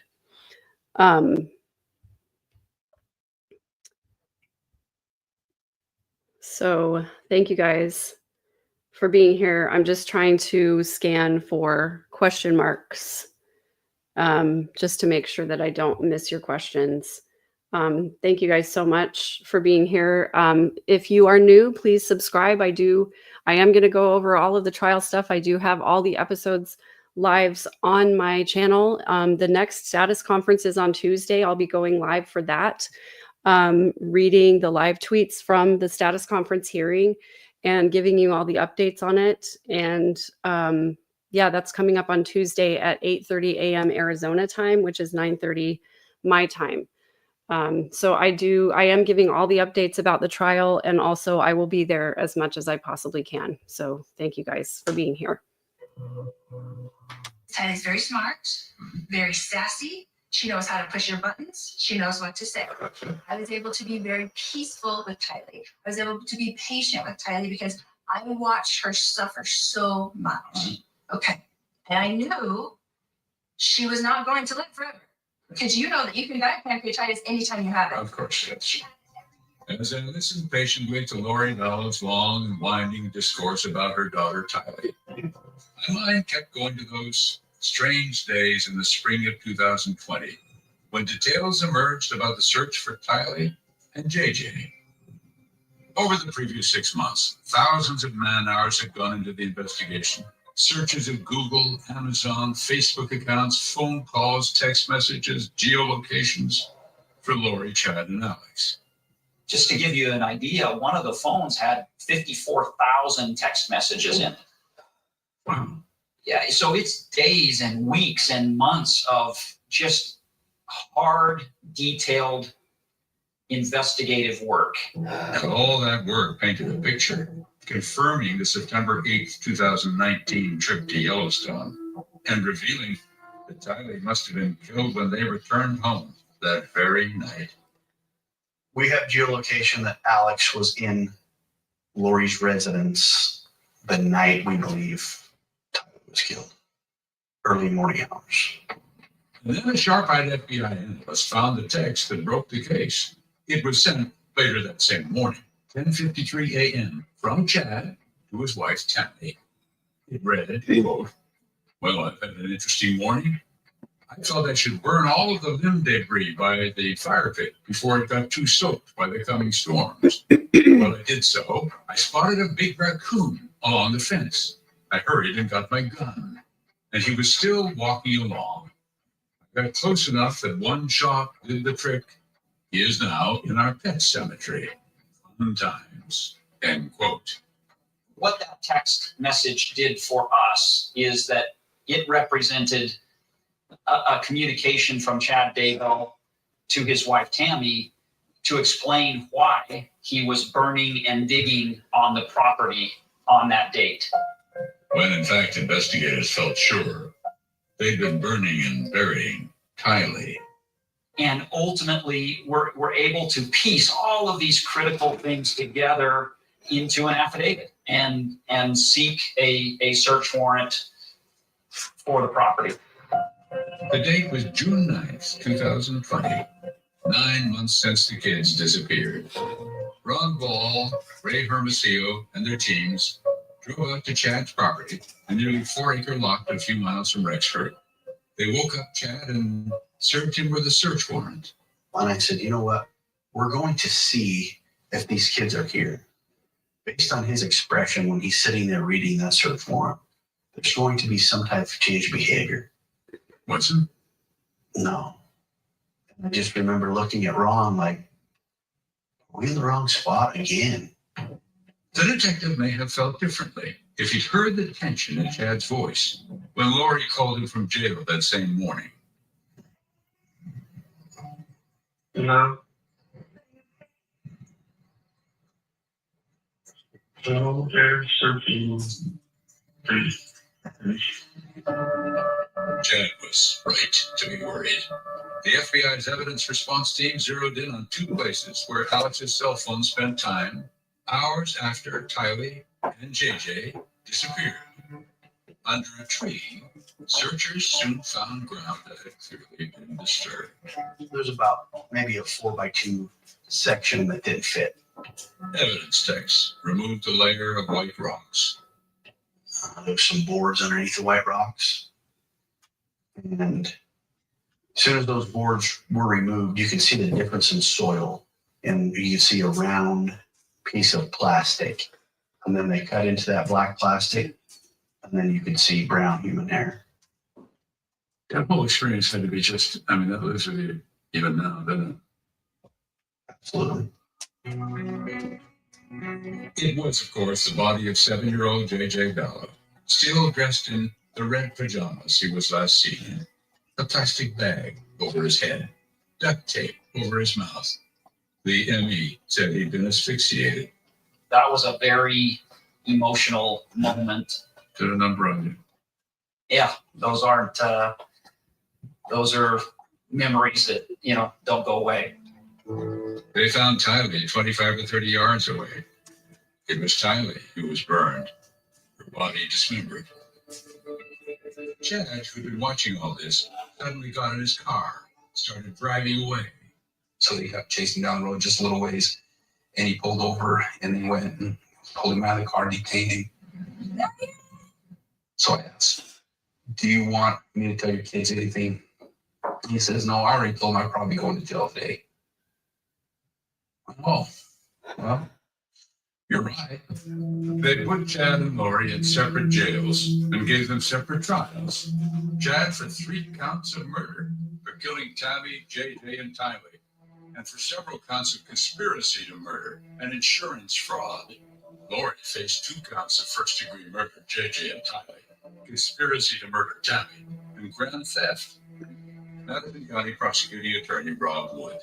Our theme was, this is about money, sex, and power. There were all these tangential religious issues, but it really was about money and sex and trying to control people. People who were in the way that they called obstacles, they got rid of them and profited from Defendant, please rise. Both Chad and Lori were convicted on all counts. Guilty. Guilty. Guilty. How involved do you think Lori was in the deaths of her own children? I think the evidence suggests she was involved at some level. JJ's body showed signs of a struggle, and looking at how he was found, I think it suggests that more than one person was involved.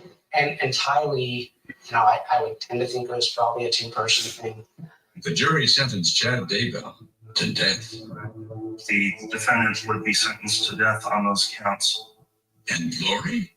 Jesus knows me, and Jesus understands me. Before her sentencing to life imprisonment, she said something rather curious. Accidental deaths happen. Suicides happen. Fatal side effects from medications happen. What on earth was she talking about? Her surviving son wanted to know. And so did we.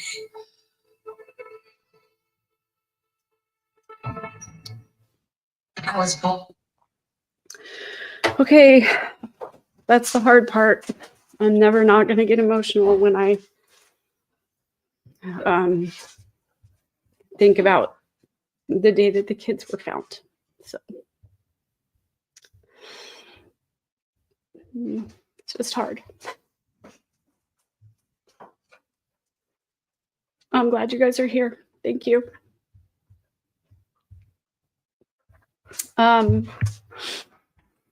Yeah, that stupid, awful allocution statement, basically.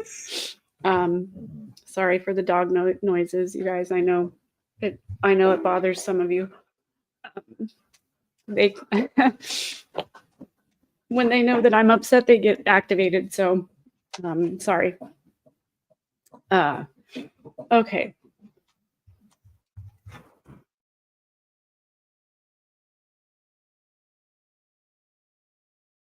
Okay. Sorry. Just sending them to their cages so they don't make so much noise. They're very obedient, good dogs. They'll just go sit in their cages for a little while at least. Well, just want to make sure that I answer your questions if you have any. Definitely not innocent. Definitely knew that he was, as soon as they came to the house, I'm sure he knew. And he was alone with his kids in the house for about an hour before the kids were found. And so I'm sure that he spun some kind of a narrative to them, just like how Lori was alone with Tylee in the car after Charles, and probably fed the narrative to Tylee that she wanted Tylee to believe, and sort of molded and shaped her memory of that morning. So I for one, am really interested to hear the evidence that comes out in this Arizona trial, because we still have some unanswered questions about that morning. And that's what I'm really interested in and invested in. I'm thinking of Colby tonight too. I'm really glad that they were able to interview him. And I'm so proud of all of the hard work that he's done to get where he is. I just really appreciate that. Didn't need to see that. Okay, looked up at the wrong time. Yeah, thank you guys. Please like if you can. I really appreciate you guys being here. If you're new to the channel, I do talk about Lori's religious beliefs. I'm the only one in this part of the family who is also out of the church, so eyes wide open about the harmful dynamics that sometimes exist in high demand religion.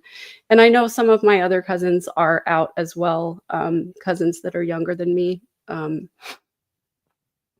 But anyway, so I talk about healthier family systems, healthier religions, healthier relationships, and healing from trauma. So here we go. I am okay, guys. Thank you for asking. Ooh. Oh, I'm so sorry. 90 minutes? No more. She seemed determined to fill the time with tales about Tylee. She claimed that giving birth to Tylee actually killed her briefly, sent them both straight to heaven before Jesus asked her to return to life on earth. When I saw Tylee in heaven, before she was born, she knew she was going to come out all these difficult things, and she was still giddy with excitement about coming to earth and fulfilling her mission. That's a Mormon story. Meanwhile, Lori dodged questions about the wreckage in her own life. We have Tylee, Yes. AJ, Yes. we have Chad's wife, we have the attempted murder on Brandon, we have, there's a lot of names. There's a lot to my life. If you want to hear the actual explanations, I'm here. There's a But big it one. doesn't sound like you really want a lot of that I explanations. don't have all week to hear all these Well, it's explanations. going to take a long time, so it's probably going to take more than one session. That, the sheriff's office told us, was not the possibility. This visit with Lori, this was a one-time thing. Thank goodness for that. It turned out, by the way, that we weren't the only ones searching for answers from Lori. Perhaps no one on earth has been more affected by her crimes than this man, her son, Colby. I've been working in therapy on unpacking a lifetime worth of stuff. I mean, it's an ongoing process. In the past half-decade, Colby has lost his brother, his sister, his stepfather Charles, the most stable male figure in his life, his uncle Alex, and of course, his imprisoned mother. How did it change the way you view the world? I guess I always was like a very positive, see the best in people kind of person. And then I watched someone that I knew my entire life, do what she did, and it just changed the way I view people. And all the craziness and death. There's just no way to explain to anybody what it's like to go from, let's call it normal life to something this big happening, and then I have to deal with the complexity that's my mom. That's someone that I don't even recognize anymore. There's a microscope on your life too. Yeah. Do you get the feeling of being watched as you progress through life? Yeah. I mean, that's kind of the thing I think I finally somewhat embraced is people are going to have questions. Welcome to the Star Wars podcast. And so, in the past year, Colby has decided to use his YouTube channel, he calls it the Star Wars, to help with his own healing. And a few months ago, Colby, who hadn't spoken to his mom in more than 4 years, began to worry about this. I thought, well, what if she passes away, right? Mm-hmm. And I think asking myself that question kind of brought me to a point of, what, if I ask her for an interview, maybe I can at least keep myself emotionally in check while I ask her the biggest questions I've always had. Yeah, I can hear you pretty good. And so 5 months ago, Lori called Colby from jail, and it gave him the chance to ask her how Tylee and JJ really died. I want to talk to you so I can hear your questions and answer your questions because you are the only person besides me.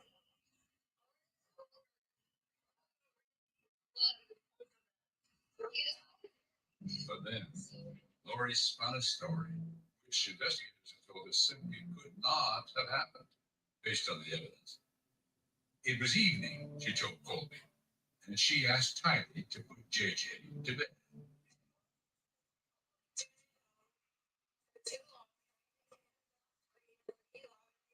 She was only she held him too long and realized afterwards what she had done. Her implication was perfectly obvious. Tylee smothered JJ, saw he was dead, and then took her own life in a fit of remorse. It was hours later, said Lori, when she walked in and found their 2 bodies. Quite a story. Colby was not having it. You're telling me Tylee took JJ's life, then took her own life, and then someone cremated her by dismembering and burning her and throwing her in a pet cemetery, and then somebody found JJ, put him in a trash bag, and threw him in the backyard. No, that was it. What I'm saying is that I wasn't aware of what happened to them after I left that scene.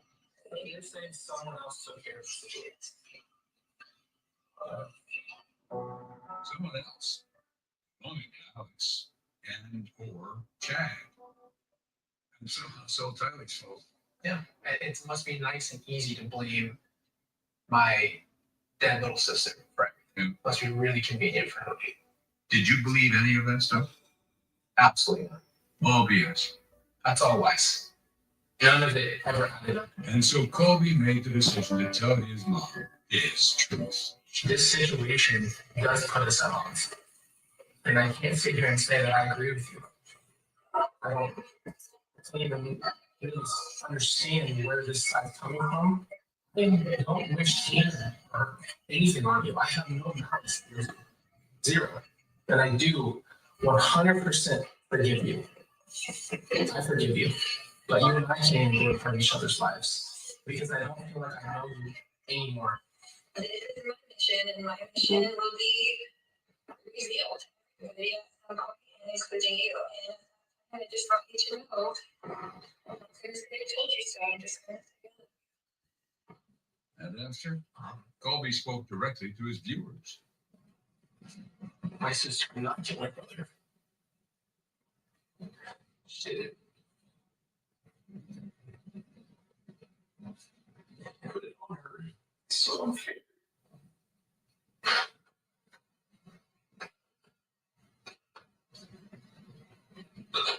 It's so unfair. She would never do that. Questions. Did she understand what she was doing to her only surviving son? Would she finally face up to what she did to the others? Were you there the night that Tyler died? Were you there the night that JJ died?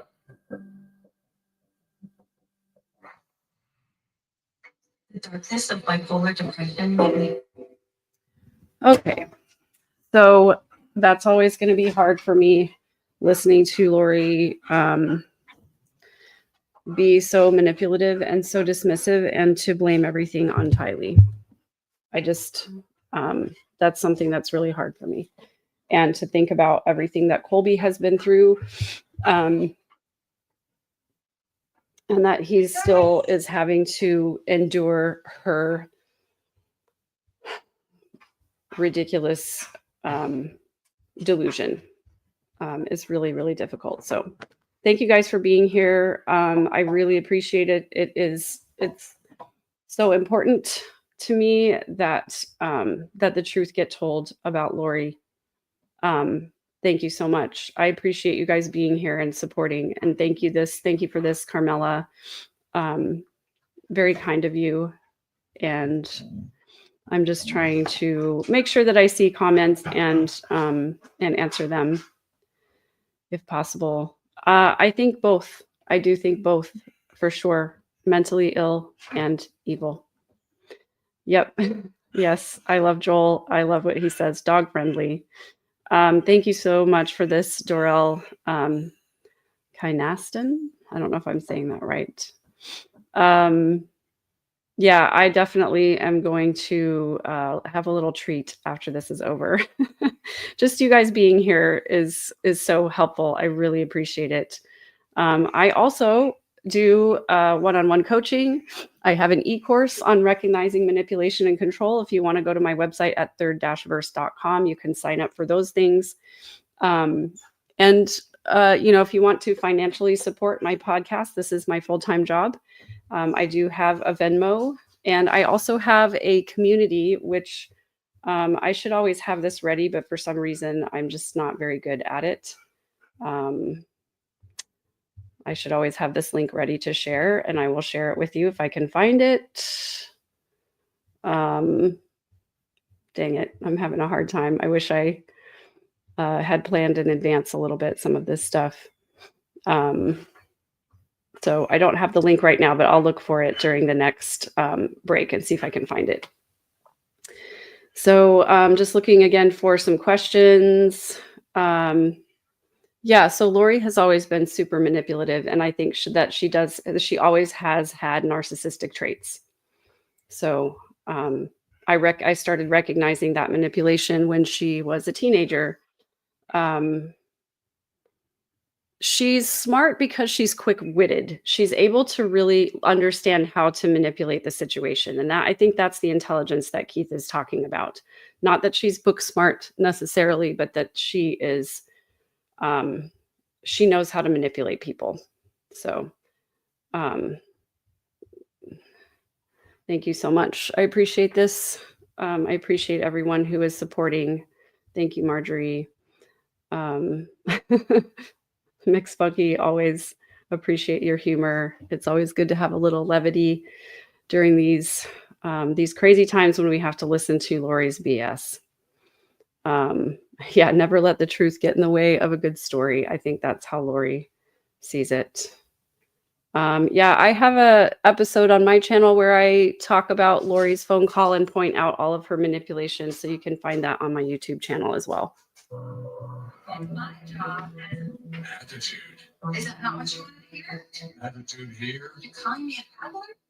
and here. Do you want to take a break? I mean, as we neared the end of our jailhouse interview with Lori Vallow, I was struck by the contrast. I think that's kind of the place I'm at now. It's just acceptance. Just full acceptance of the situation. Son Colby, reflective, anguished, a serious man. The way that my sister was treated was with hate. That's not even human to do what they did to her after. And Lori? I'm not quite sure what this was. You watch go on later and say, Lori told me this in your ominous voice, but really this is what happened. Are you gonna do that to make you? Ominous voice? Yeah. Wait a minute. Yes. That's the exact voice that I'm talking about. Lori danced, And they're all dead. verbally, that is, danced away from questions she seemed determined to avoid. She tried to fill our allotted 90 minutes with a long and rambling story about Tylee, clearly leading up to the same one she told son Colby. Well, we tried to finally pin her down on the established facts that had convicted her of multiple counts of murder. Why did Chad label your children dark and then, That's all. call them zombies? You're saying that didn't happen? Did you hear him say that? Well, no, but others did. I didn't. Oh, I see.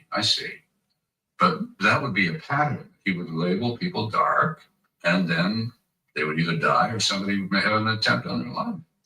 No, that's the narrative that you've been running. The evidence shows that Tylee was killed the night they returned from Yellowstone, September 8th, 2019. And JJ was killed 14 days later. No, that's not accurate. Sorry, it's not the truth. You asked me for the truth. You're asking me personally, the only person on the earth who really knows, and you're shaking your head no, like that didn't happen. Did I shake my head? Yeah, you're shaking your head a little bit. No, I'm just looking at you. She's performing for the people off camera too. Left her jury in no doubt whatsoever. I'm quoting what the court said about you and Chad, that you actually conspired to kill these people. And were you there when? I was falsely accused. I was falsely Let me ask you directly. convicted, and I will be exonerated. All right, fine. Were you there the night that Tylee died? Were you there the night that JJ died? Was I Was where? Alex in these places when they died? In the place where they died, were you there? What place was that? Did you watch? What place was that? Did Yeah. I'm asking? Well, I Doesn't don't know. really matter. Do you know? You're pretending like you know. It doesn't matter. I'm not pretending I know. I'm asking you a question. Did you watch your children die? That's a really sad It's question. a terrible question. And it's one I hate to have to ask. But I mean, we've been talking about all this. I was not there. As you know, I told Colby. His response, remember? Did you believe any of that stuff? Absolutely not. But for Lori, it's as if the evidence, the trial, the conviction don't exist at all. You did not kill a soul. Absolutely. You didn't participate in killing a soul. Yeah. You didn't conspire to kill a soul. Correct. You didn't do any of those things you've been convicted of doing. Correct. What to make of Lori? Soon she will have to enter a whole new world. Not heaven, but her upcoming trial. I have 2 motions that I'd like to file with the court today. All right. She will be representing herself as she is tried for the murder of her husband, Charles. She's pleaded not guilty. And not guilty of conspiring to murder her nephew, Brandon. What's it like acting as your own lawyer? Great. Actually, it's a difficult thing to do. You have to have your arguments, you know? I think this judge in particular has been pretty patient in letting people get their whole argument out. See where he might need to be. Yeah. It will certainly give her a bigger slice of the limelight she seems to crave. And she assured me it will get her ever closer to the final results she fully expects. She and Chad will go free. Chad was convicted and he's on death row. I understand that, yeah. That's Did you possibly think that Chad would be exonerated? The same way I will be exonerated. We will both be exonerated in the future. Because I've seen things in the future that Jesus showed me when I was in heaven, and we were not in jail, and we were not in prison, and they were still in the future from now. her own little world. Something like that. Outside in the real world, her only surviving son works hard to build a good life. In spite of all that. I felt really guilty for even being the only one that didn't get killed. I think that's for a long time.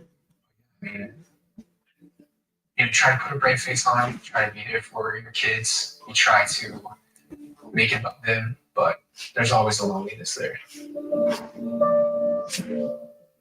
Well, his mother dances and dodges his questions and ours. And you're very good at dancing. And we should do a little check. Yeah, mental chick. Courage. After my thing's on rated, maybe I'll go on Dancing with the Stars and you can come. Sure, okay, fine. And then, No, ma'am. Lori Vallow Daybell went back to her cell. That's all for this edition of Dateline. And Get check down. out our Talking Dateline podcast. Keith Moore. Okay, guys, that was a long 2 hours. Thank you for being here with me. I'm going to take a quick break and let my doggies out, and then I'll be back to give some commentary, answer some questions. If you have questions, please put them, call attention to them. I'm a visual person. I will be right back.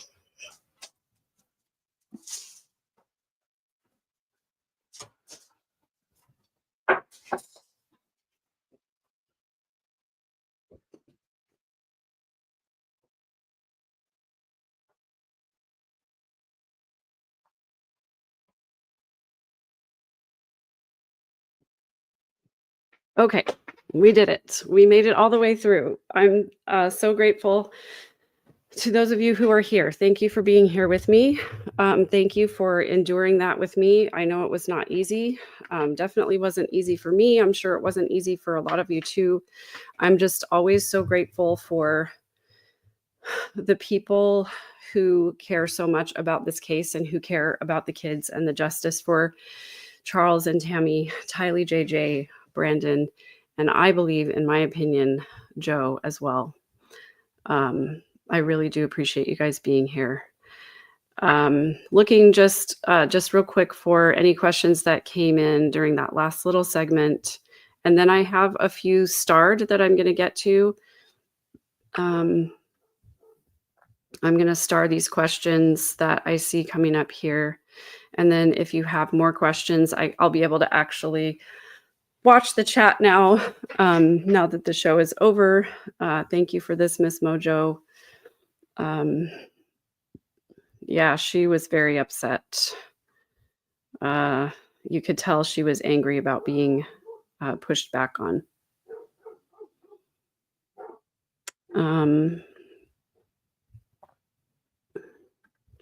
Okay, I'm just starring your questions so that I can get to answering them real quick.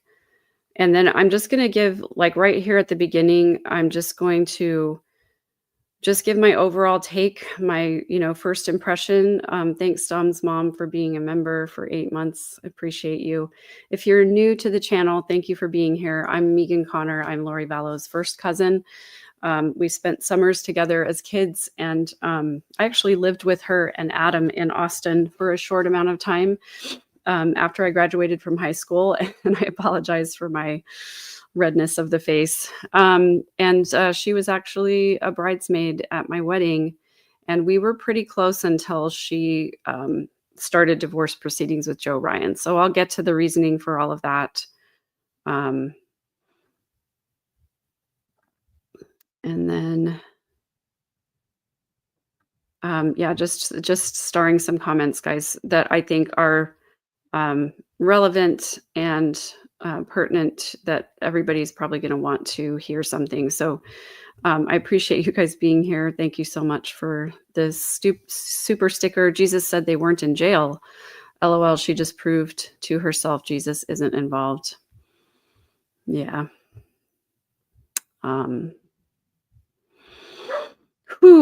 Yeah, just decompressing a little bit. I have a little bit of a headache.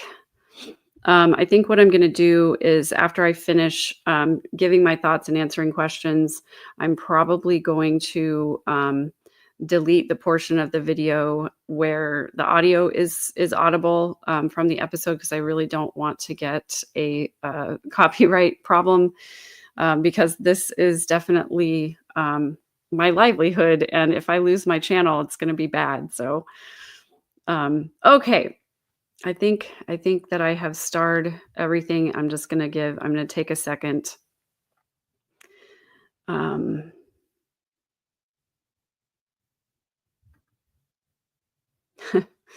I really like your username, Unicorn Rancher.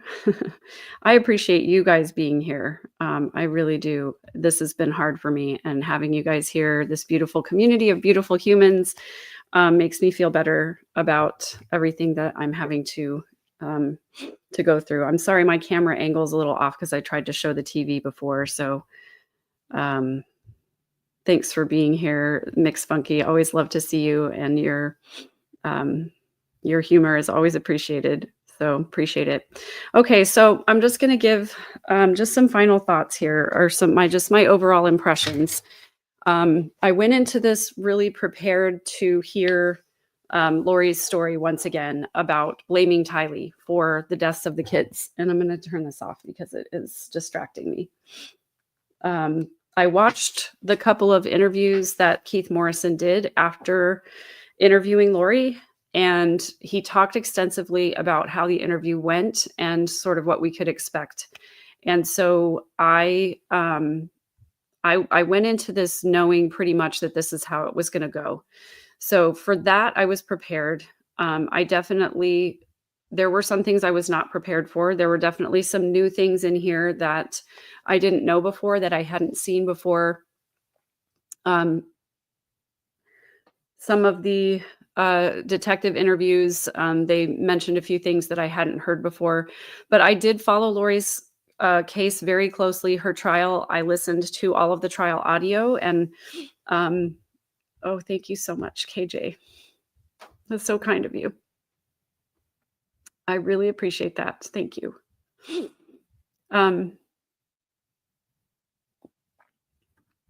So there were, some things from, and I did also follow Chad Daybell's trial very closely, watched all of that I could. And I've been following everything in the Arizona case as well, commenting on the proceedings that have gone forward and where Lori is now with filing motions, et cetera. And so again, she's going to have a status conference on Tuesday where the judge is going to address cameras in the courtroom by Court TV. And he's also going to address some of the other motions that have come through with them disallowing Tylee's police interview in the Chandler case. Thank you so much, Jana and Georgia. Yeah, justice for Charles and Brandon now. So thank you. So just overall, while I was prepared for the majority of what Lori was going to do, it still is always really triggering to me to hear her voice and to hear her speaking so disrespectfully of the victims in this case. She obviously has absolutely zero empathy. She has absolutely zero ability to take responsibility for any of her actions in this. She can't even admit small things that we have evidence of. We have evidence of her text messages referring to people as these. We have evidence of what she told Charles. We have evidence of all of these things that she's done, and she still won't take responsibility for it. And she still won't answer those questions, wouldn't answer Keith's questions, very straightforward questions. KJ, thank you so much for this. This is so, so kind. I really appreciate your support. Thank you guys to everyone who's here. And I am going to be on Mormon Stories on Sunday at 12 o'clock Mountain Time, where we're going to go over the case. And I'm hopeful that Lauren Matthias of Hidden True Crime will join us for that as well. My Venmo is at @3rd_verse. That's also where my TikTok and my Instagram are. Although these days I'm much, much more active on YouTube than I am on any of the other platforms, just because this is taking up so much of my time. And I love being here. I have cultivated this community of beautiful humans who are so kind and supportive of each other, and where we come in the chat and we talk and we unpack the things that we're going through. And so many of us just support each other and, through the difficulties that we go through, especially those of us who are involved or have been involved in coercive control relationships and are trying to navigate that in healthy ways. KJ, thank you so much. I just, thank you. I can't say thank you enough. This is so kind of you. Really appreciate you. Miss Mojo Rising, not one tear for real. Good for you.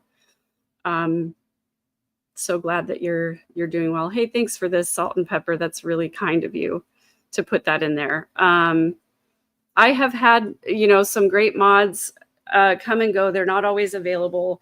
And I am really bad about telling my mods when I have something set up. I struggle with ADHD like really badly, so it's hard for me to remember all the time. But I'm always grateful when they are able to be here. And, if any of you have mod experience and want to help out, I usually do 2 to 3 episodes a week. I usually do a couple of live streams and at least 1 podcast episode a week. I'm just gonna have a heart attack, KJ the Ray. Thank you so much. I just appreciate you so much. Okay. 1,400 people here. This is overwhelming. I'm so grateful for you guys showing up and being here.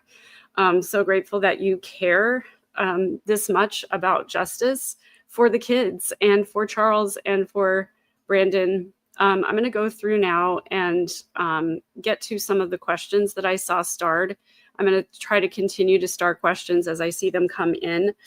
Just overall impressions. I'm trying to finish overall impressions of the whole thing. I'm very sad that Dateline gave her a platform. However, I understand from their point of view, they've been waiting for this probably for a really long time, and to now have an opportunity to do it, I get it. I'm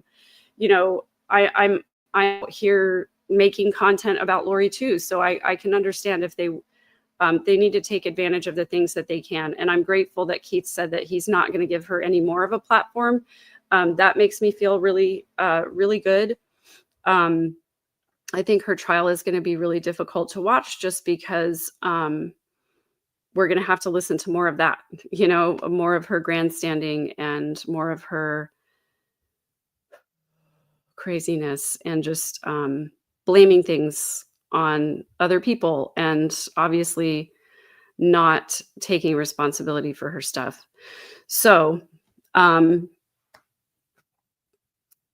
I was very angry, frustrated, and upset when I heard that there was going to be a Dateline episode.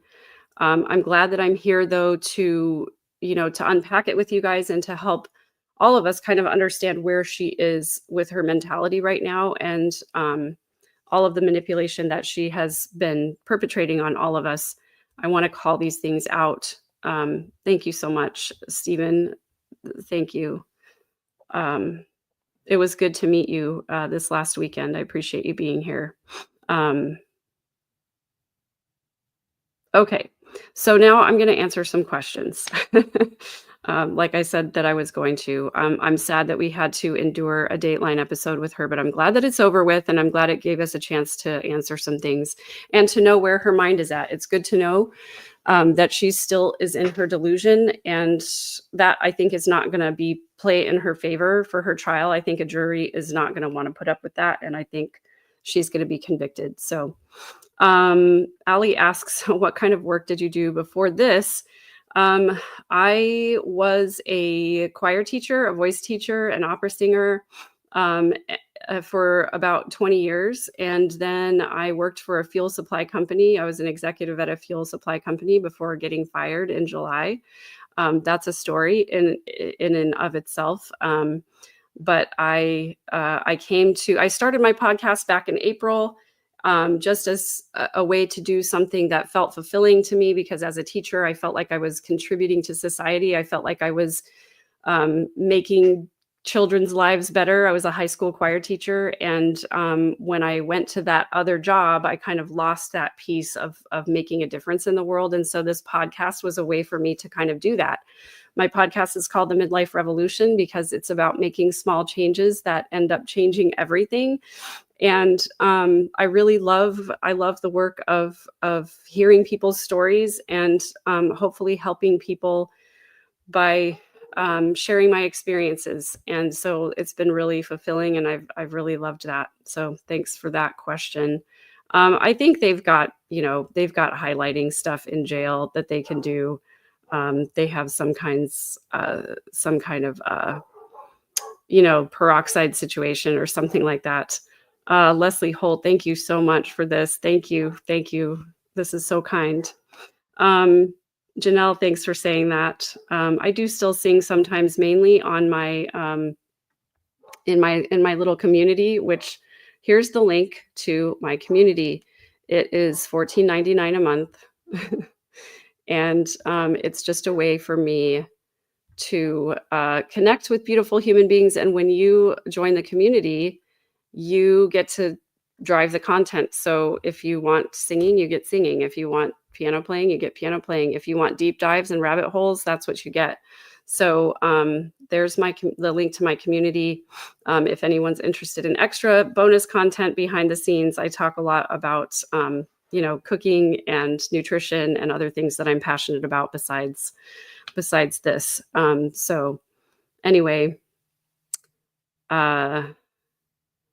looking for just I know I've missed some things here in the chat, so I'm just trying to look for more questions. Okay, so I've got all of these things starred. I'm going to try to get through every single one of them if I can. So Enzo asks, were you and Lori speaking before the kids went missing?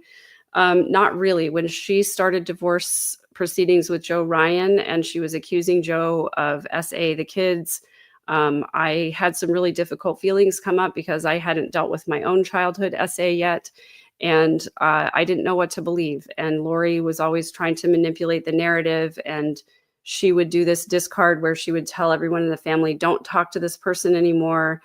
And I just had to back away from that part of the family at that time because I was going through my own really hard, difficult times in my own marriage at that time.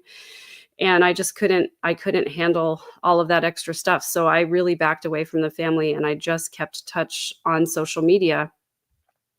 And that was it. I didn't really engage with them other than, weddings, funerals, things like that, and kept touch through just seeing what was posted on social media. So I followed Summer and Melanie and Janice and some of my other cousins, and that's how I kept track of what was going on in the family. I will never forget the day that I saw the Facebook post that Charles had been killed. Changed everything. It was a horrible, hard time. Carolina says, I noticed that you apologized because Lori was talking. Was it the same growing up with Lori and how she demanded to always be heard first? Thank you. Stay strong. I was apologizing because I was answering a question or I was talking and the episode came on and I didn't realize it. So I wasn't really apologizing for talking over Lori as so much as like missing what was on the episode. But yeah, I mean, that was, she always did demand to be heard. She always did want to get her way, have things done her way. She would convince you to do things a different way if you weren't doing it the right way. And she was the same way about answering direct questions. She would obfuscate. She would not answer direct questions if she didn't really want to. This is a great question. Winnie 20, was Lori obsessed with religion growing up? No, she was not. We both grew up devout members of the Church of Jesus Christ of Latter-day Saints, but visiting the Cox household for me was, it was fun. They were the fun family. They lived in Southern California. We would go to amusement parks and water parks together.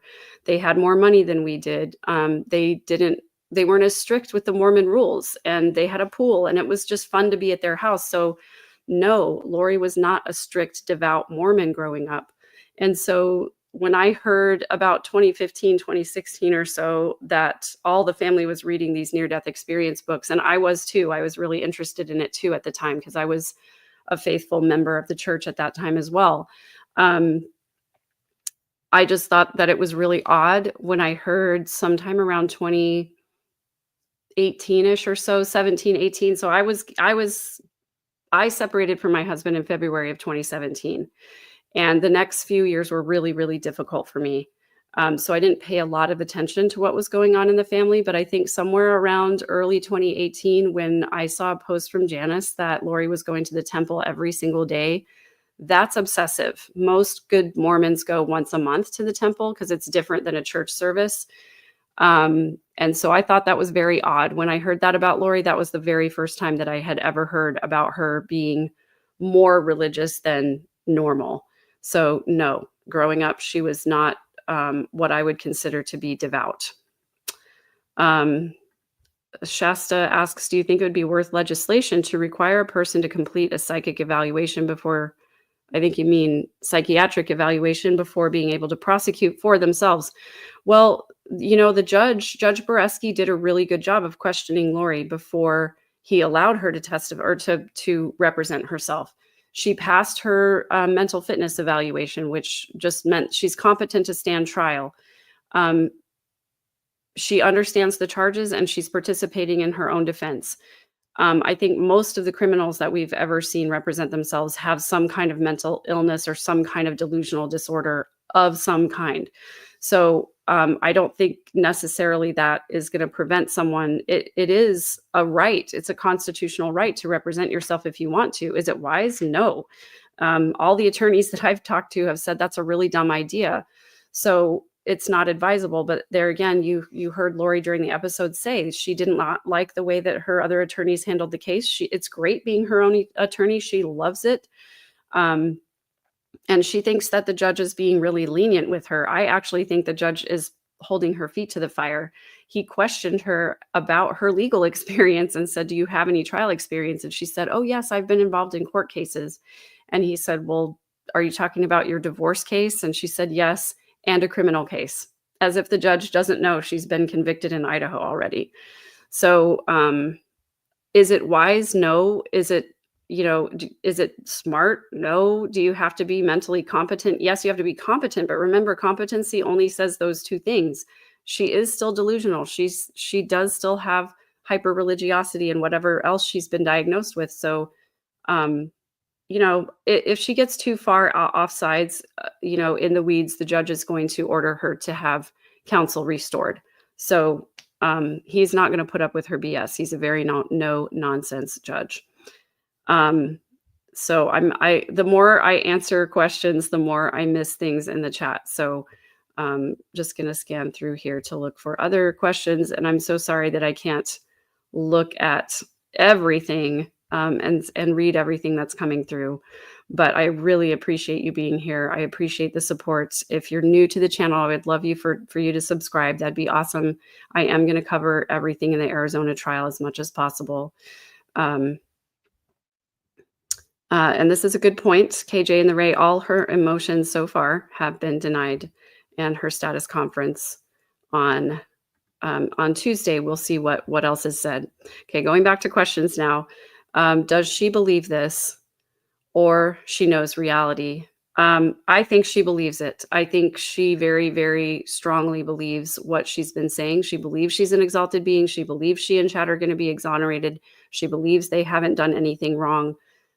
Psychologically, it would be too damaging and too hard for her to accept the truth. And I hope that she will at some point, but I'm not, my hopes are not up that she's going to do that. It would be great if she would. I just don't know that it's going to happen without some kind of a mental breakdown. AA from AA, good to see you again. I think we met on Web Sleuths. Do you think Lori really thinks anyone believes the story she tries to tell? I think that's part of Lori's delusion, is that she really does believe people love her. She believes people are on her side. She probably thinks everyone watching that Dateline episode was cheering for her. That's part of her delusion, I really think. Yeah, Dancing with the Stars. I don't have a thing for this. Lori she loves to dance. She always has loved to dance. Whenever we would get together as a family, we'd have family gatherings, family dinners. Afterwards, there would always be like a little talent show kind of situation. And Lori and Summer and Stacy loved to go off and choreograph a dance, like while the rest of us were singing or talking or telling stories or whatever. And they would come in and put their music on, and they would do the little choreography dance that they had made up. And sometimes they would sing along or lip sync. It's just Lori has always loved to dance. And we know that she was sending videos of her dancing to Chad. So yeah, she's delusional enough and narcissistic enough to think that she would get on Dancing with the Stars, like that they would actually let her on that show. I think she really believes that. Like once she gets out of prison, when she's exonerated, that everyone is going to be so excited and love that she's out of prison and want to see her on Dancing with the Stars. She's going to be a celebrity. I think she really believes that. I have talked to Adam a few times. The last time I talked to him was at the memorial back in April in Idaho Falls. I'm friendly with Adam, but I'm also very aware that Adam and Rex do not like a lot of the things that I say. They both are very much in the church, and it's hard for someone in the church to be critical of the church culture or any of the doctrine. And frankly, the things that Chad and Lori taught about talking to God and about, being possessed by evil demons, those things are in Mormon doctrine. Everything that Chad and Lori was teaching has a root in Mormon doctrine. They did take it farther than that, but it's really hard for people in the church to admit that that's the case because it's sort of threatening to their belief system. So I know that Adam and Rex don't like some of the things that I say, and neither does a lot of the family, because I do tell the truth about my experiences in the family, and I'm sure, rubs people the wrong way, but I am not going to stop talking about my experiences. So that's it. Were we on speaking terms before the kids went missing? I think I answered this one already. I hadn't been in touch with the family in a while.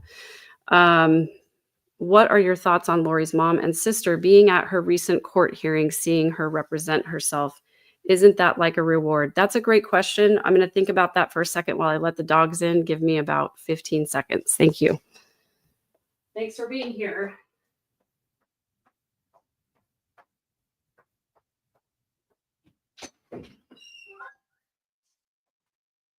What do you think?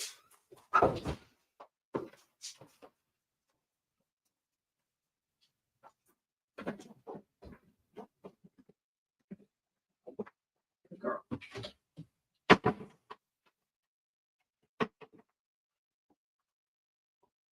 Sorry, that was definitely more than 15 seconds. I have time blindness. I'm bad at estimating time. Okay, so I think that, well, first of all, Summer lives in the area, so she would be close by.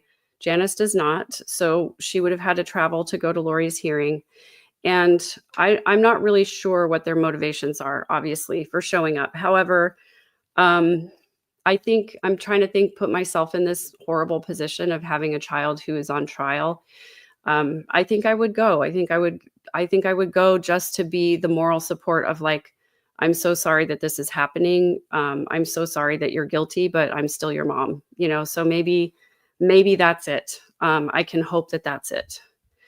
If you heard Summer's phone call that they played during Lori's trial, then you know that Summer is not supporting Lori in the way that she did when she was, in contact with Lori and Chad before all of this happened. So to answer your question, Elizabeth, I am not Rex's daughter. My dad is Rex's brother. So let's see. Shelleen, I can't see the name. Shelly and Kaya, thank you for joining my community over on Kajabi. Thanks for joining the behind the scenes group over there. Lots of bonus content available and to come. I'm posting a couple times a week over there. So all of the extra stuff will be there for anyone who's interested. Amor, was she ever able to listen to another person and respond to what that person said? Not in my recollection. It's been a long time since I've had a one-on-one conversation with Lori. I think the last one-on-one conversation we had probably was when she cut my hair when she lived with Joe Ryan.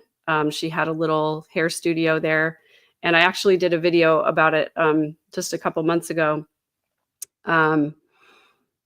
So yeah, that was the last time. And it was pretty hard to get a word in edgewise. She always wanted to be the one talking and controlling the conversation.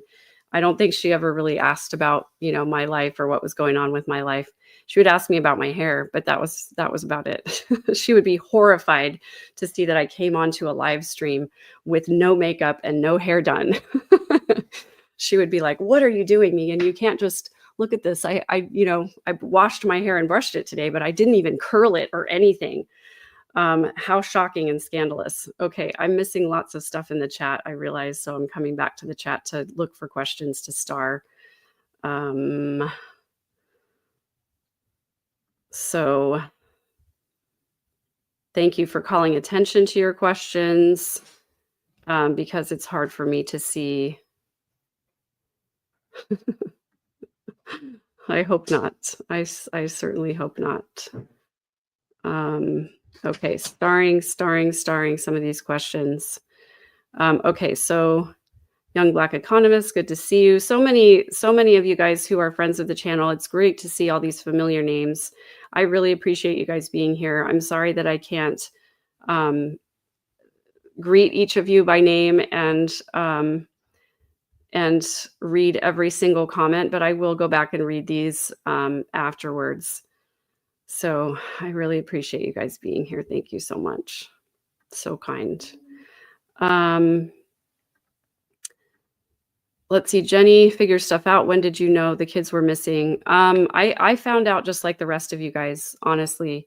After Charles, after I saw that Facebook post about Charles, I was in contact with Adam's wife at the time. They're no longer married, but she and I communicated back and forth about what was going on with the case. And I watched the news every day for a long time, trying to figure out what was going on. And it was a really, really difficult time for me and for everybody, not knowing what was going on and not being able to do anything, just having to sit here and wait for the news to come out. So I want to say I was aware that people were looking for the kids probably sometime around October, late October, early November, but I found out just like you guys did. So that was a hard thing to deal with. This is a good question, Great Laker, and I have my speculations. I'm going to speculate that probably, but I don't know that for sure. So I can't say that for sure. It's just a speculation, given the fact that I was, and knowing what I went through and some of the things I had to overcome. That's my speculation, just because I have personal experience with that. So that's what I'm going to say. Kaylee, was Lori's father part of the sovereign citizen movement or something similar about laws not applying to them?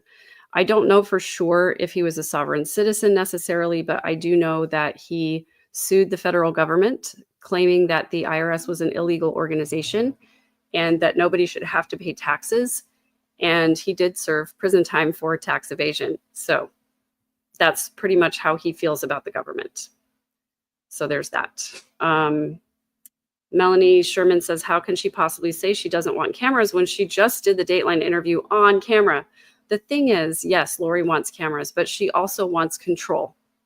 And she knows that Court TV is going to put out the narrative that they're going to put out. So, you know, she only wants to be on camera when she can control what gets said. And that's what she was trying to do this whole interview. She was trying to control Keith. She was trying to get her narrative out there. So the thing is, yeah, she does want cameras in the courtroom. She definitely does. I guess she doesn't like Court TV because she sort of blasted them for using her as a commercial 24/7 and for exploiting the tragedies that have happened in her life, which she actually caused. So there's that. Salt and Pepper YouTube takes a considerable cut of donations. Yeah, so thank you so much for asking for my Venmo. It's at _verse. I really do appreciate that. I'm conscious of it as well. So thank you for that. I appreciate you. So, oh, thank you, Becky, for gifting channel memberships. That's so kind of you. Really appreciate that. Coming back here just to star some more questions and comments. So just questions, mainly trying to answer questions. I like this, Kaya. Pretend that like button is Lori's face and punch it. So I'm gonna try to, yeah, okay. I think I caught more questions that were coming up here. I'm just trying to go back and forth between what I've starred and then looking. I have Cash App too, but I can't remember honestly what it is. because it's kind of weird, but you can find it, Megan Connor Midlife Revolution. Try looking for that. I'm so sorry I'm not good at having these things just like ready to go, you guys. But I appreciate your support and your willingness to support, and I appreciate you being here because that is helpful too. Kendall O says, did it ever seem like she loved or cared for anyone in the past? She seems cold and selfish. I believe that for Lori, love is transactional.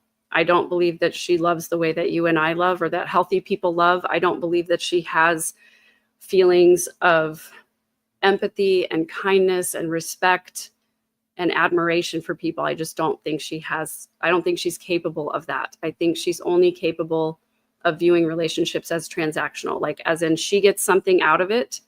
And so she steers the relationship in the way where she's going to get something. And then as soon as she stops getting what she wants out of the relationship, she just discards.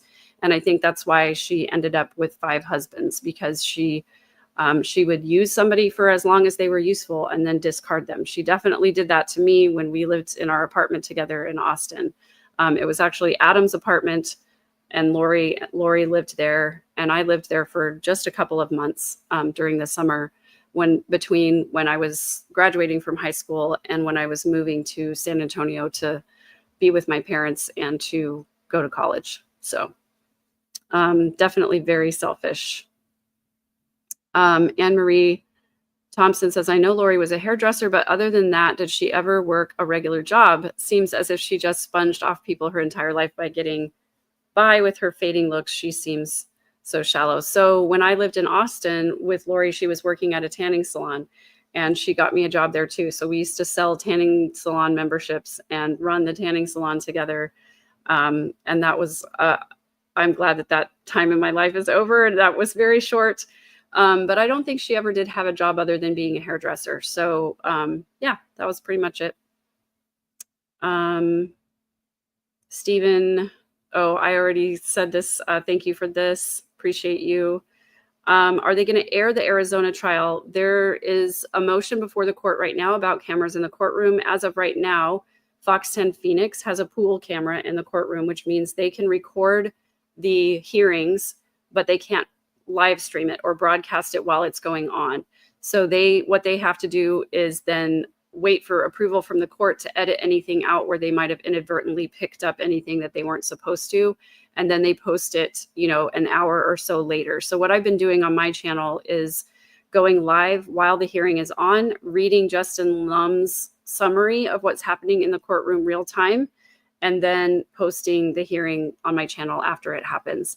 I hope that's not the way the whole trial is going to be. I hope that they'll allow the trial coverage to go on simultaneously like they did with Chad's trial, because that's a lot easier for me to follow. But again, not mine, not me, not about me. So I don't know yet. I guess we'll find out on Tuesday.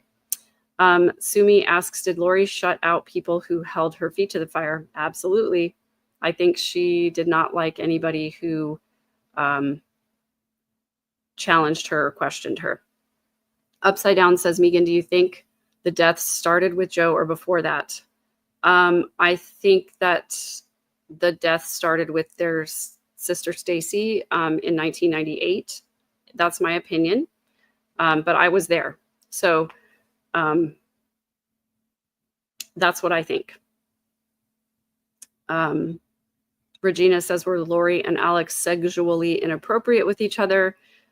They definitely had some boundary issues, crossing lines that I would never have crossed with my siblings. They did, grab each other's body parts in the whole family. That was the whole family, not just Lori and Alex.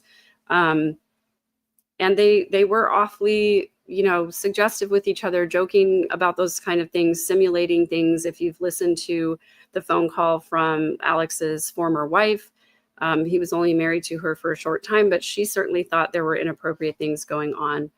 As far as how far that went, I can't say. It would be speculation on my part, but I would not be surprised, to be honest. There is a book, and I have it written down. Shoot, I'm gonna get it because I want you guys to know the name of this book. There are several books that were written about the case. Leah Sotilli wrote When the Moon Turns to Blood. Juror number 13, Tom Evans wrote a book about his experience in the trial. And then there's another book. Shoot, I really thought that I wrote it down. I read this book, but now I can't find where I wrote it. Unfortunately, I'm so sorry. It's a book that was written by a man, and I think it's the only book about the case that was written by a man. But he interviews a couple of Lori's friends that were cheerleader friends of hers when she was a teenager, and there's some really telling information in that book. So thank you for that question. Going back to the chat here to try and grab a couple more questions. Okay, yes, someone's asking for my Cash App, so I'm gonna find it here really quick. My notifications are off now because I'm supposed to be in bed. It's past my bedtime. 10:30 is my bedtime. So I'm gonna look. It is the $sign and then third verse MC. So I'll put that in the chat. Thank you guys. I really appreciate your support. Thank you so much. All of my social media is at @3_verse, but that's my Cash App right there. And I really do appreciate your support, you guys. I knew this was going to be tough.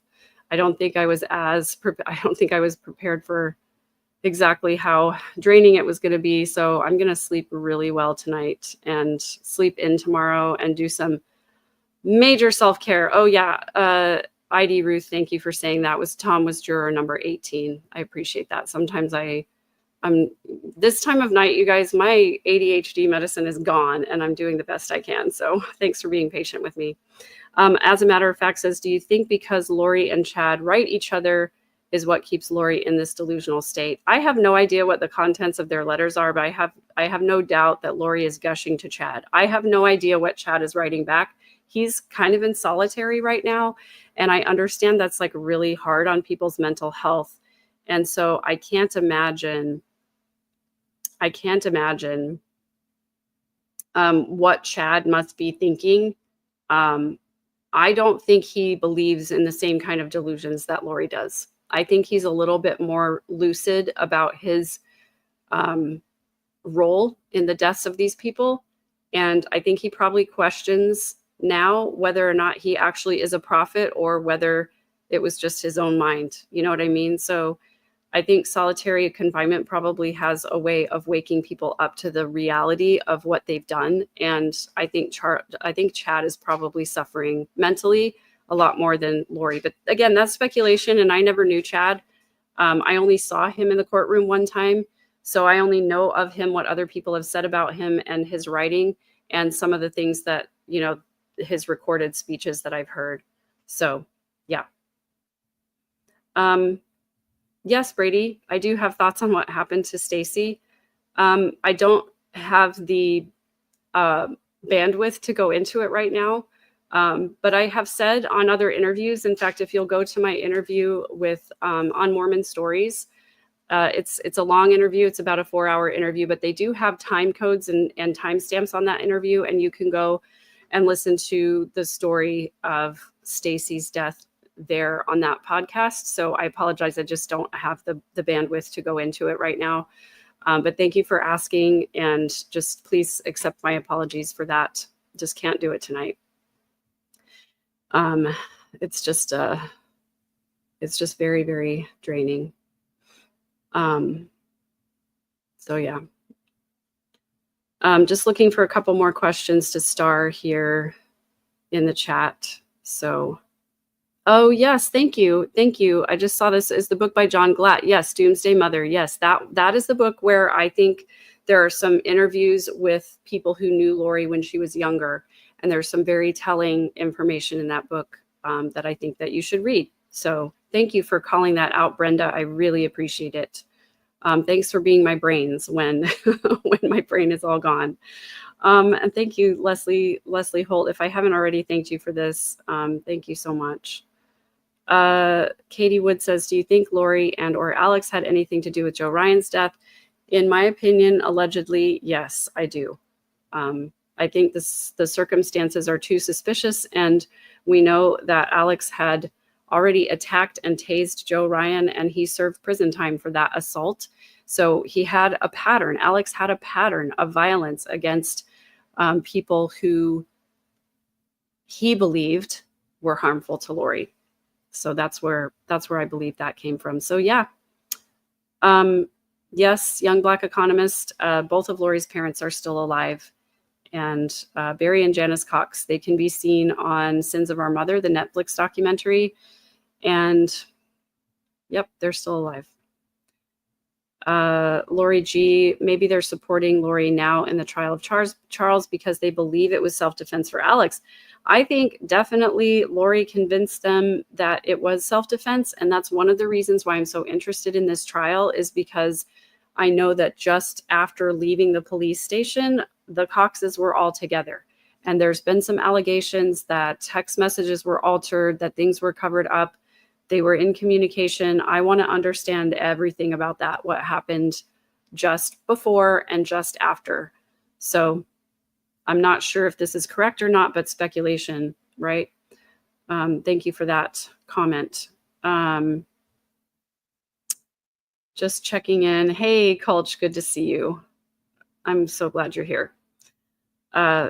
Really helps me to know I've got some friends and supporters here. Thank you guys so much for being here. This is amazing. I'm so glad that I didn't have to do this alone. This is a great question too. And sorry, I just saw this as I was getting ready to go back to the questions I already starred. I never saw evidence of this in particular, to be honest with you. Alex being loyal to Summer like he was to Lori. Although I think if Summer had asked him to, maybe he would have, He was just the kind of person that wanted to be seen as like the protector, the big brother. And so I just think that was part of his personality. Carolina says, sounds like they also love to be the center of attention. You're absolutely correct about your cousin Adam Cox and Rex. They're both very protective of the LDS Church. Yeah. Yes, the Coxes loved to be the center of attention. That was a big part of the family culture. I think I already answered this one, so I'm sorry that I just can't get into it tonight. Deb says, are you close to Colby and Kelsey? Were you close when Colby was young? Would you ever go on his show? I love Colby. I would go on his show. I think he's kept him, he's just sort of been protecting his peace and his mental health. I can't say that I was close with Colby when he was younger, but my daughter was. My oldest daughter and Colby are just about a year or so apart, and they did spend a lot of time growing up together. I used to take, Lori and I used to take Colby and my daughter to the Target photo studio to get pictures taken together. And so they were close when they were little. And then as Lori moved to Austin, when she was working in Austin on the weekends, a lot of times she would leave Colby with Barry and Janice here in San Antonio. And Barry often would pick up my oldest daughter and take the two of them out together. Barry claiming that it was easier for him to take care of Colby if my daughter was around. So they were close, yeah, until my daughter was probably about 13 years old or so. And then we didn't really see much of Colby after that. I've always loved Colby. I've never met Kelsey. She sounds amazing. I've been in the chat on his podcast episodes lots. I just support him and I love him and I'm here for whatever he needs, but allowing him his time and space to reach out when and if he is ready to do that. So thanks for asking. Becky Mac 412 says, what do your kids think of this situation with Lori? A couple of my kids just are so disturbed by this. They don't really want to talk about it or have anything to do with it. I've talked with my older daughter a lot about it. And my youngest daughter actually just found out about these circumstances a few months ago. I really tried to protect her from all of that that's going on. My youngest daughter's only 15. And I didn't really want her knowing all of everything that was going on while it was happening. So I didn't tell her until just a few months ago. And I didn't get into a lot of specifics just because, in the course of doing my podcast, I knew she was going to hear me talking about it and hear some of that. So just wanted to, I wanted to protect her as much as I could. So anyway, we don't talk a whole lot about it, but they do know that I talk about it because I want to talk about healing, and I want to talk about healthier relationships and healthier family systems, and just, call it out when it's not healthy. So thank you guys for being here, and thanks for your questions. Joe Tall Chief says, did she say anything new tonight during her interview? I think she did say a couple of things that were new, that I hadn't heard before. For example, talking about Chad never saying that they were zombies, and, questioning, basically telling Keith that some of the things that he's heard is like the narrative that you believe and not actually the truth, excuse me. So it was new for me to hear that she's disputing basically everything that was said in the trials. She is dodging responsibility for any of that. She said, she questioned Keith about, like, did you hear Chad say that I was a goddess? Those kinds of things. I think she's just trying to be controlling, honestly. So yeah, she said some new stuff, but it's not really different than the delusion that we've kind of heard all along. She didn't do anything wrong.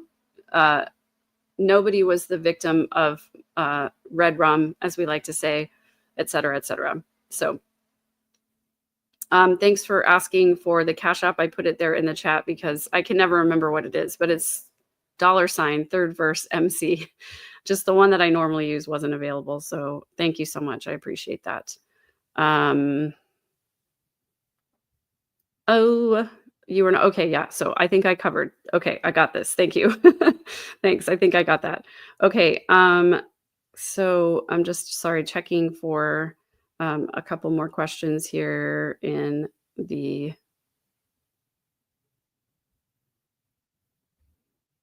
in the live chat that's going in. I'm just trying to make sure I'm not missing more questions. So, okay. So Nanny Mo, Megan, do you believe the children were red rummed for religious reasons or selfish reasons? 100% selfish. And also, like, the religious stuff, a lot of it was invented, like the dark and light scale, that was invented. That's not something that Mormons believe. Being inhabited by evil spirits, like they teach in the Bible, yes, Mormons believe that. But as far as believing that a person's body has to die in order for the evil spirit to leave, that's made up. So, I think that a lot of the theology was manufactured by Chad, number one, to make him seem more important than he was. And number two, for them to have a means to the end that they wanted, which was just to be alone with no responsibilities. So 100% selfish. Lori Kennedy says, per the cell phone pings as they left the barbecue place outside Yellowstone, I think Tylee was drugged, left an apartment garage in the truck. Alex waited till morning. Yeah, I don't know. It's a lot of speculation about what actually happened to Tylee, and I think we'll probably not ever see a lot of that evidence and information because they didn't want to bring it into Chad's trial or into Lori's trial because they didn't want to distract from the message that Chad and Lori were guilty. They didn't want to bring in Alex's involvement because it wasn't Alex's trial. So I think there's a lot of that we won't know. This is speculation, Lori, and I have some of the same possible speculations, but I just don't know for sure. And I don't think we ever will, unfortunately. That's a hard one. Psychologistical. I love that username. What's your father's relationship with his brother? So Lori's dad would be my father's brother-in-law. My dad is Janice's sister. I don't believe that my dad has a relationship with Barry. And I think that he has tried to have a relationship with Janice, but I don't want to really speculate on where that is right now. I haven't asked him personally, so I just can't say. AA from AA. Are you going to the Arizona trial? Yes, I will be going. I'll be going as much as I possibly can. It's a really busy time for me personally. I've got a lot going on in my family. So I'm definitely going to be there as much as I can. I just don't want to necessarily be there for every single day of jury selection because that's just not, it's not a part of, I mean, it's important, obviously. And I am going to be watching coverage of that, especially if Hidden True Crime does that, or if Gigi McKelvey does it from Pretty Lies and Alibis, I'll be watching. But I only have so much time and energy to devote to that. And what I really want to hear is the prosecution's case. So I'll be there for as much of that as I possibly can. Beyond that, I can't say. It just depends on what's going on with my kids, and with everything personally. So I appreciate you guys. I appreciate you being here. Thank you for being here. Thank you for all of you who have subscribed and who've liked the episode. Thank you so much for your questions. I appreciate it. And thank you so much for your support. I really appreciate it. And I'm going to continue to, cover this as much as I possibly can. Obviously, I'm a little tired. I'm waning a little bit, but I'm getting to the end of the starred questions. And so I just want to say thank you again to anybody who did a super chat, a super sticker, a super thanks, memberships. If I missed you, I'm so very sorry, but thank you so much for everything that you're contributing to the channel. It's going to help me to keep doing the work that I'm doing. So I really appreciate it. Great. Laker, what is the birth order? So if you're talking about my dad's family, Janice is the oldest, and then my dad, and then they have a younger sister, and then Rex is the youngest. If you're talking about Lori's family, Stacy was the oldest, and then Alex, then Adam, then they had a baby die tragically, Lolly, who was just a few months old when she died, I think less than 3 months old. And then Lori was born right after that. She's about a year older than me, and then Summer is about a year younger than me. So that's the Cox birth order. Lori Kennedy says Adam Cox is still a Mormon. He still talks to his parents, even though they shut him out when he told them Lori was Delulu. Janice knew about Charles's red rum. Yeah, I agree with that. Yep. That is true. Paisley Dreams, I wanted Keith to ask her if she thought she was still a translated being, and if so, did she sleep, eat, and use the bathroom, and why? That would have been interesting. I think Lori probably wouldn't have given a straight answer anyway. But yeah, it would have been interesting to have her reaction to that. And some of you are saying that you wanted Keith to do more pointed questions and more, holding her feet to the fire. They only had so much time. And as you heard Keith say, Lori kind of went on this tangent of, everything that she said happened, and, the whole narrative about Tylee. So anyway, there probably just wasn't enough time for him to ask more questions like that. I'm sure he wanted to. I'm sure there were plenty of things he wanted to ask that he didn't get to. Ray Dunn says, what state will Lori represent for Miss USA Jailbird? The state of crazy, the state of delusion, probably. And then Kimberly asks, how are you related to Alex and Rex? So you might mean Adam and Rex. Adam and Rex are the ones that have the podcast. Adam is Lori's brother, so he's my first cousin as well. Rex is my uncle because he is my dad's younger brother. So thanks for the question. How should people address friends who talk about the book Visions of Glory and Julie wrote, etc.? Are they people to be afraid of? Thank you so much for asking this, Stephen, because I think the difficult thing is that there are a lot of people out there who think Visions of Glory is a good book. And the reason they do is because it does sort of validate a lot of the LDS beliefs. For example, that there is going to be a lot of destruction before Jesus Christ comes, and that we need to be prepared for that destruction. And also it sort of supports like the Mormon narrative of what's going to happen when Jesus comes again. And a lot of speculation about gathering the righteous people together. And so that's, I think, the reason why a lot of people like that book is because it validates some of the Mormon beliefs. However, it is really harmful from the standpoint that it really does glorify the idea of demons inhabiting bodies, and the idea of demons being all around us and getting to inhabit our bodies anytime we do something bad or anytime that we are quote unquote sinning. From that standpoint, it's a really, really harmful book. And The Smoking Gun, the thing that I absolutely abhor about that book is that it glorifies makes, I don't know, I'm losing the word right now, but it glorifies justifiable homicide.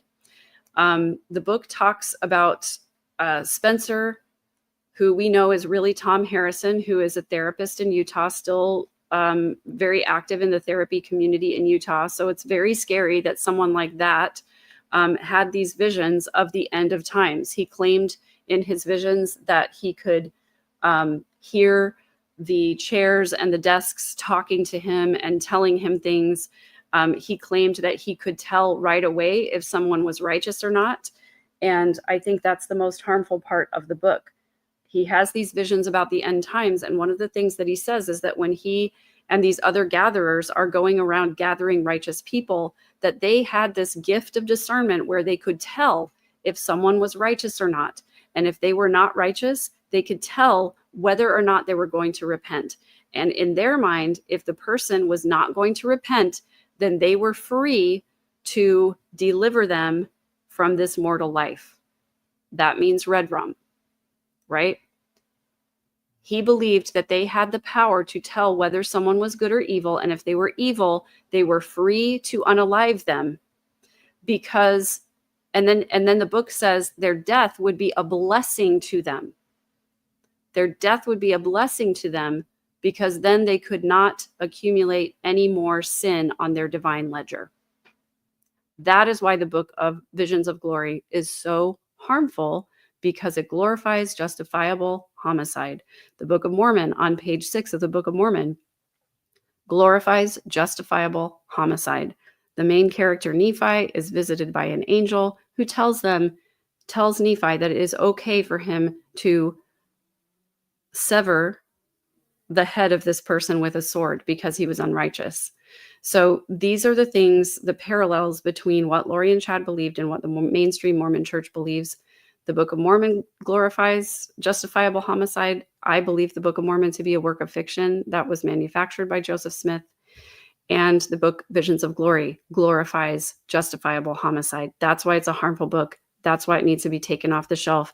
And if someone, the answer to this question is, how should people address friends who talk about the book Visions of Glory and Julie Rowe, etc.?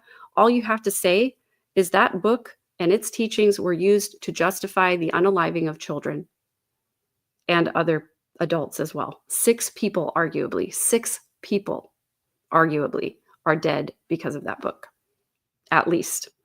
And then there was another case. Blaise Thibodeau was kidnapped by his mother and stepfather, I believe, and taken to Canada because he was the Davidic servant. They believed in the book Visions of Glory. This does not end here. There are people out there who still think that the things that Chad taught are real. Maybe they don't believe that Chad's a prophet, but they still believe some of the things that he taught. And this is why I keep talking about it.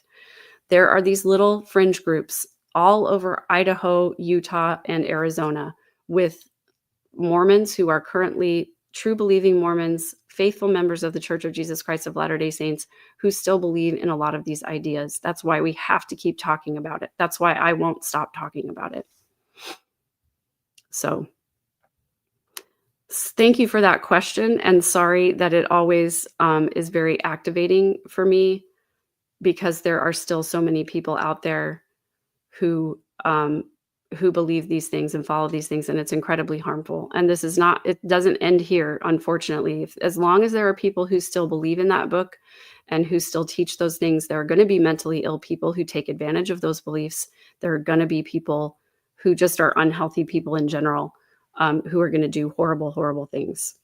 Thank you so much. I will hit the snooze button. It's Saturday. Don't have to take anyone to school tomorrow, and I'm going to sleep in. So thank you so much. Really, really appreciate it.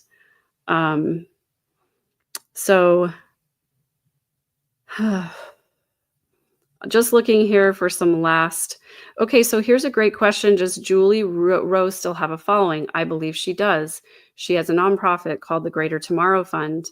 I did some digging into the finances of that group, and in 2023 or 22 or 23, I can't remember which year the financials were last available, she took in $700,000 and did not give anything to charity, according to the tax records.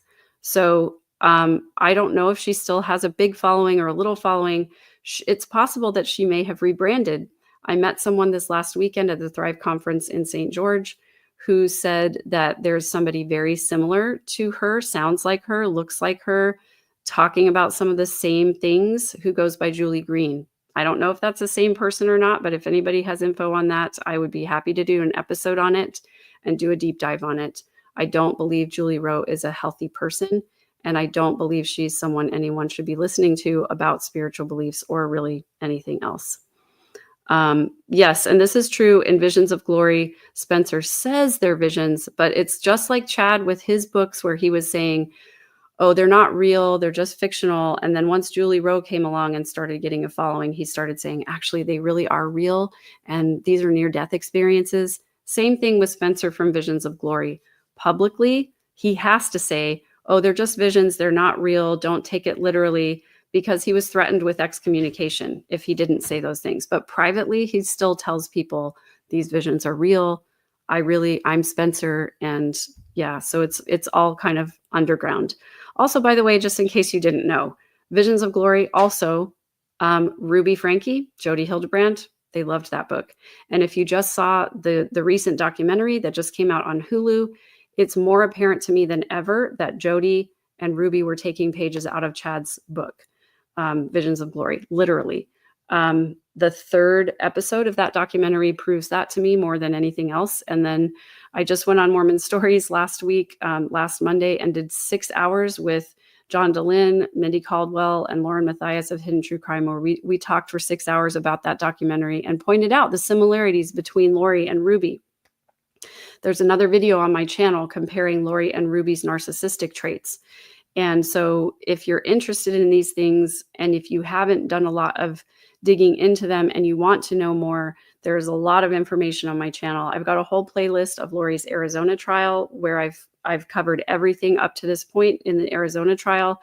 And then there's a whole playlist on the Daybell trial. Probably one of my most watched videos is Do Lori and Chad Really Believe It? And the idea that I believe that Lori and Chad met long before that conference in 2018. I believe they met online, and they'd been talking online for a really long time. So those are probably two of my most watched episodes if you're interested in more information. So, wow, we've been here for 3 hours and 15 minutes. So I'm winding down. I think there's only a couple more questions left here.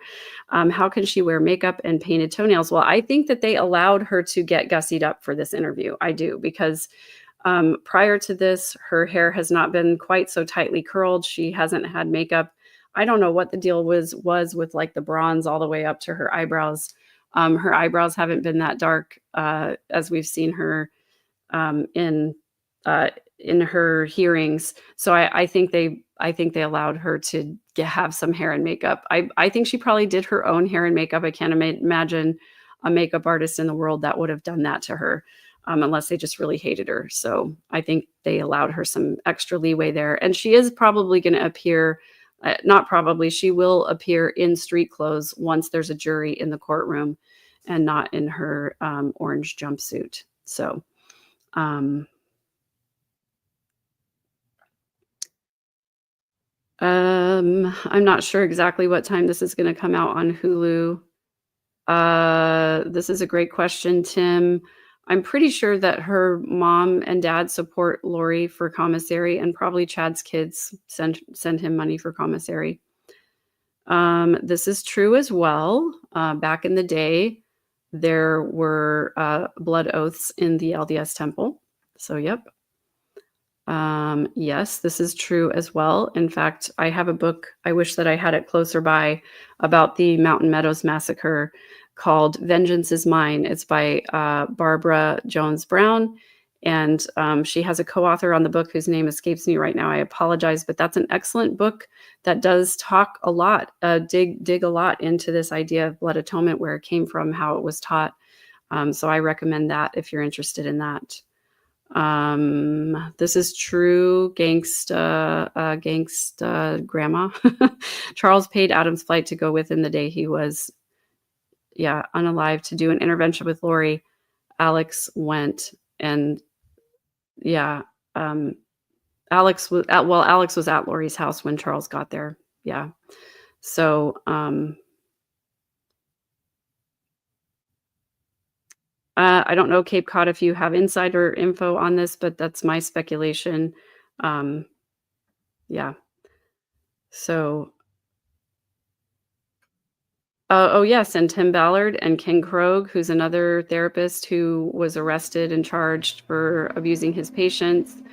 There are a lot of people in that Visions of Glory cabal, and there's an 8-hour episode. Actually, it's 5 hours on Visions of Glory, 3 hours on all of the people that are connected to Visions of Glory on the Mormon Stories podcast. I highly recommend those episodes. Again, the band, getting the band back together that we always talk about is John Dehlin of Mormon Stories, Mindy Caldwell, Lauren Matthias, whose husband is Dr. John Matthias. And but John Matthias is not on the episode. And me talking about Visions of Glory, that was our first episode that the four of us did together, was those two episodes of eight hours total, with a real deep dive into all the people who are connected to that book. Emily says, do you think Ruby, Frankie, and Jody Hildebrand were believers in Visions of Glory? Absolutely, I do. Yep, 100%. Why does she get makeup and painted toenails? She makes prison look glamorous. Yeah, again, I think that was just the Dateline producers allowing her to have some makeup. Yes, this is correct. Adam was supposed to stay with Alex, and then Alex wouldn't return his calls, so Adam went to a friend's house, and they were supposed to meet up later, but then they didn't, obviously. So, okay, thanks for clarifying. It's not Julie Green, but maybe she is still out there as Julie Rowe. I think she does still have a TikTok. I haven't seen, I haven't seen what she's been up to. I haven't really kept track of it. I don't really take her seriously just because she doesn't really talk articulately on her TikTok about what she believes. It's kind of just weird. So it doesn't really bother me. Julie Barnett, I believe, is what it is. But I think she got divorced, so I don't know. Yeah, just looking for, hey, Karesha, I'm so glad you're here. Karesha K. Easton has her own channel, Difficult Research. She is Kay and Larry's daughter. Yeah, I'm drained, definitely drained. I'm ready to call it a night for sure. Just trying to get through these last couple of questions here to make sure that I get everybody. Yeah, I agree with that assessment as well. I think I'm almost at the end, you guys. Ken Krogh is a philanthropist, not a therapist, though. Thank goodness for that. You're right. There was another therapist, though. Who am I thinking of? Kresha. Kresha knows all of the tea on all of these crazy people. He was the one who was accused of laying on top of his patient because they were possessed, and abusing his patient. So it wasn't Ken Krogh. It was somebody else. I can't remember his name, though. So good question. How does your immediate family, siblings, and parents feel about all this? I think my parents and siblings don't really understand why I keep talking about it. They haven't listened to a lot of what I've done, so that's probably why they don't understand why I keep talking about it.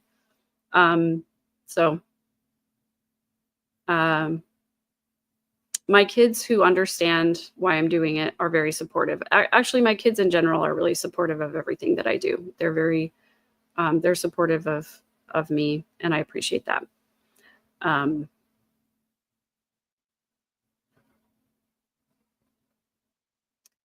Yeah, this is a hard one, Zero. I hope someone can help LDS members find a pathway out of the fiction without losing faith in God.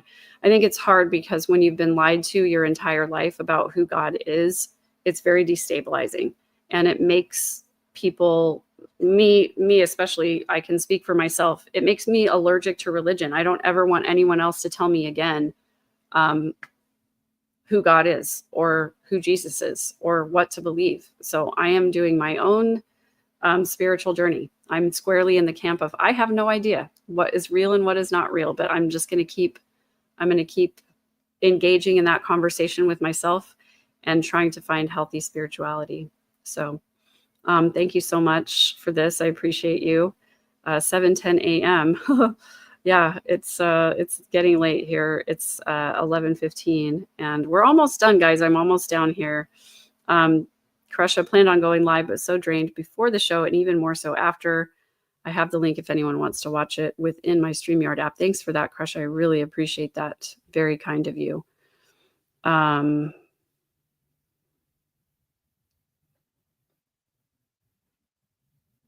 Yeah. I'm just trying to make sure that I answer any questions.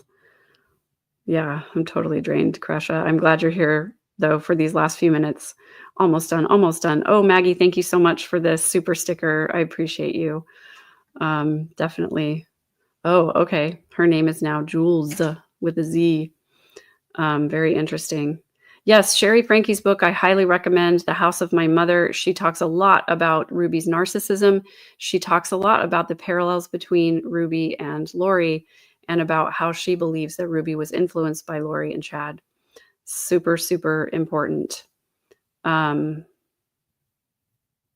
Yep, I think this was the only time she was real was when Keith asked about representing herself and she said, actually, I love it. You know, I don't know this channel. I will check it out. People are always recommending other channels to me. I don't have a lot of time for consuming content. I'm busy making content, but I will check it out. So I appreciate it. Yeah, Carolina, this is so true. Krusha has been doing a lot of hard work.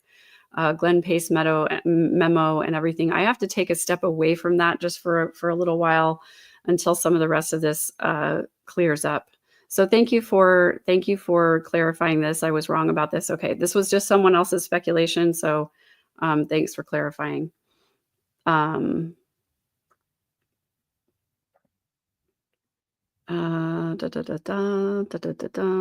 Just looking for questions. Thank you so much. Oh, I'm so sorry about this. Didn't get my question. That was starred. So sorry. I am going to go look for it here real quick and see if I missed a starred question. Oh, thank you so much, MB. I really appreciate you. So kind of you. I didn't miss any questions that I personally starred, so I must have missed it. I'm so sorry. Whatever your question was. Yes, I'll be on Mormon Stories on Sunday, not tomorrow, but Sunday. I think it's Sunday. Maybe I should just double check. I'm pretty sure it's Sunday. Thanks, Diana Storm, for the Cash App. Appreciate you. Thank you, Sandra Gonzalez, for the Cash App. Appreciate you. Thank you.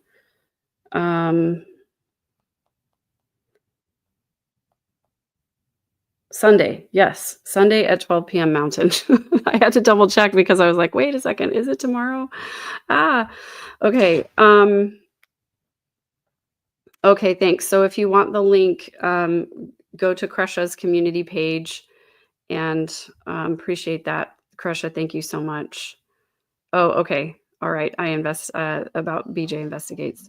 Why is Visions of Glory still sold? I wish I could tell you. They're still making money on it. That's why. It was like the biggest selling used book or secondhand book in Utah a couple years ago. And so, yeah, for sure. I don't know why it's still being sold. They're still making money off of it. That's why. I think we've petitioned to have it taken off the shelves, but it's not going to be. So, is it daylight savings? What month is it? It's March? Really? Okay. I'm going to make a note. Yeah. All right, guys. Thank you so much for being here. I really appreciate your support. Please please subscribe to the channel if you're new here. I really appreciate you being here. This has been wonderful to me to have a community of beautiful humans here to help me get through this difficult episode that I did not want to have to do. So I really appreciate you being here. I can't thank you enough. I will be back for sure. I'll be on Mormon Stories on Sunday. I will be back here on Tuesday morning for Lori's status conference at 8:30 a.m. Arizona time. We will talk about all the updates for the trial, and I'm going to continue covering. So thank you once again to everyone who is here, to everyone who supported, whether just financially or in the chat. Thank you so much for your questions and your comments. I really do appreciate everyone who is being supportive, sending hugs and love. It really means the world to me. So I really appreciate everything that you guys are doing to help support me and to help find justice for the children, for Tammy and for Charles and for Tylee and for JJ and for Joe, in my opinion, allegedly, as Kresha likes to say. Thank you so much for being here. Love you guys. Have a great night. Take care.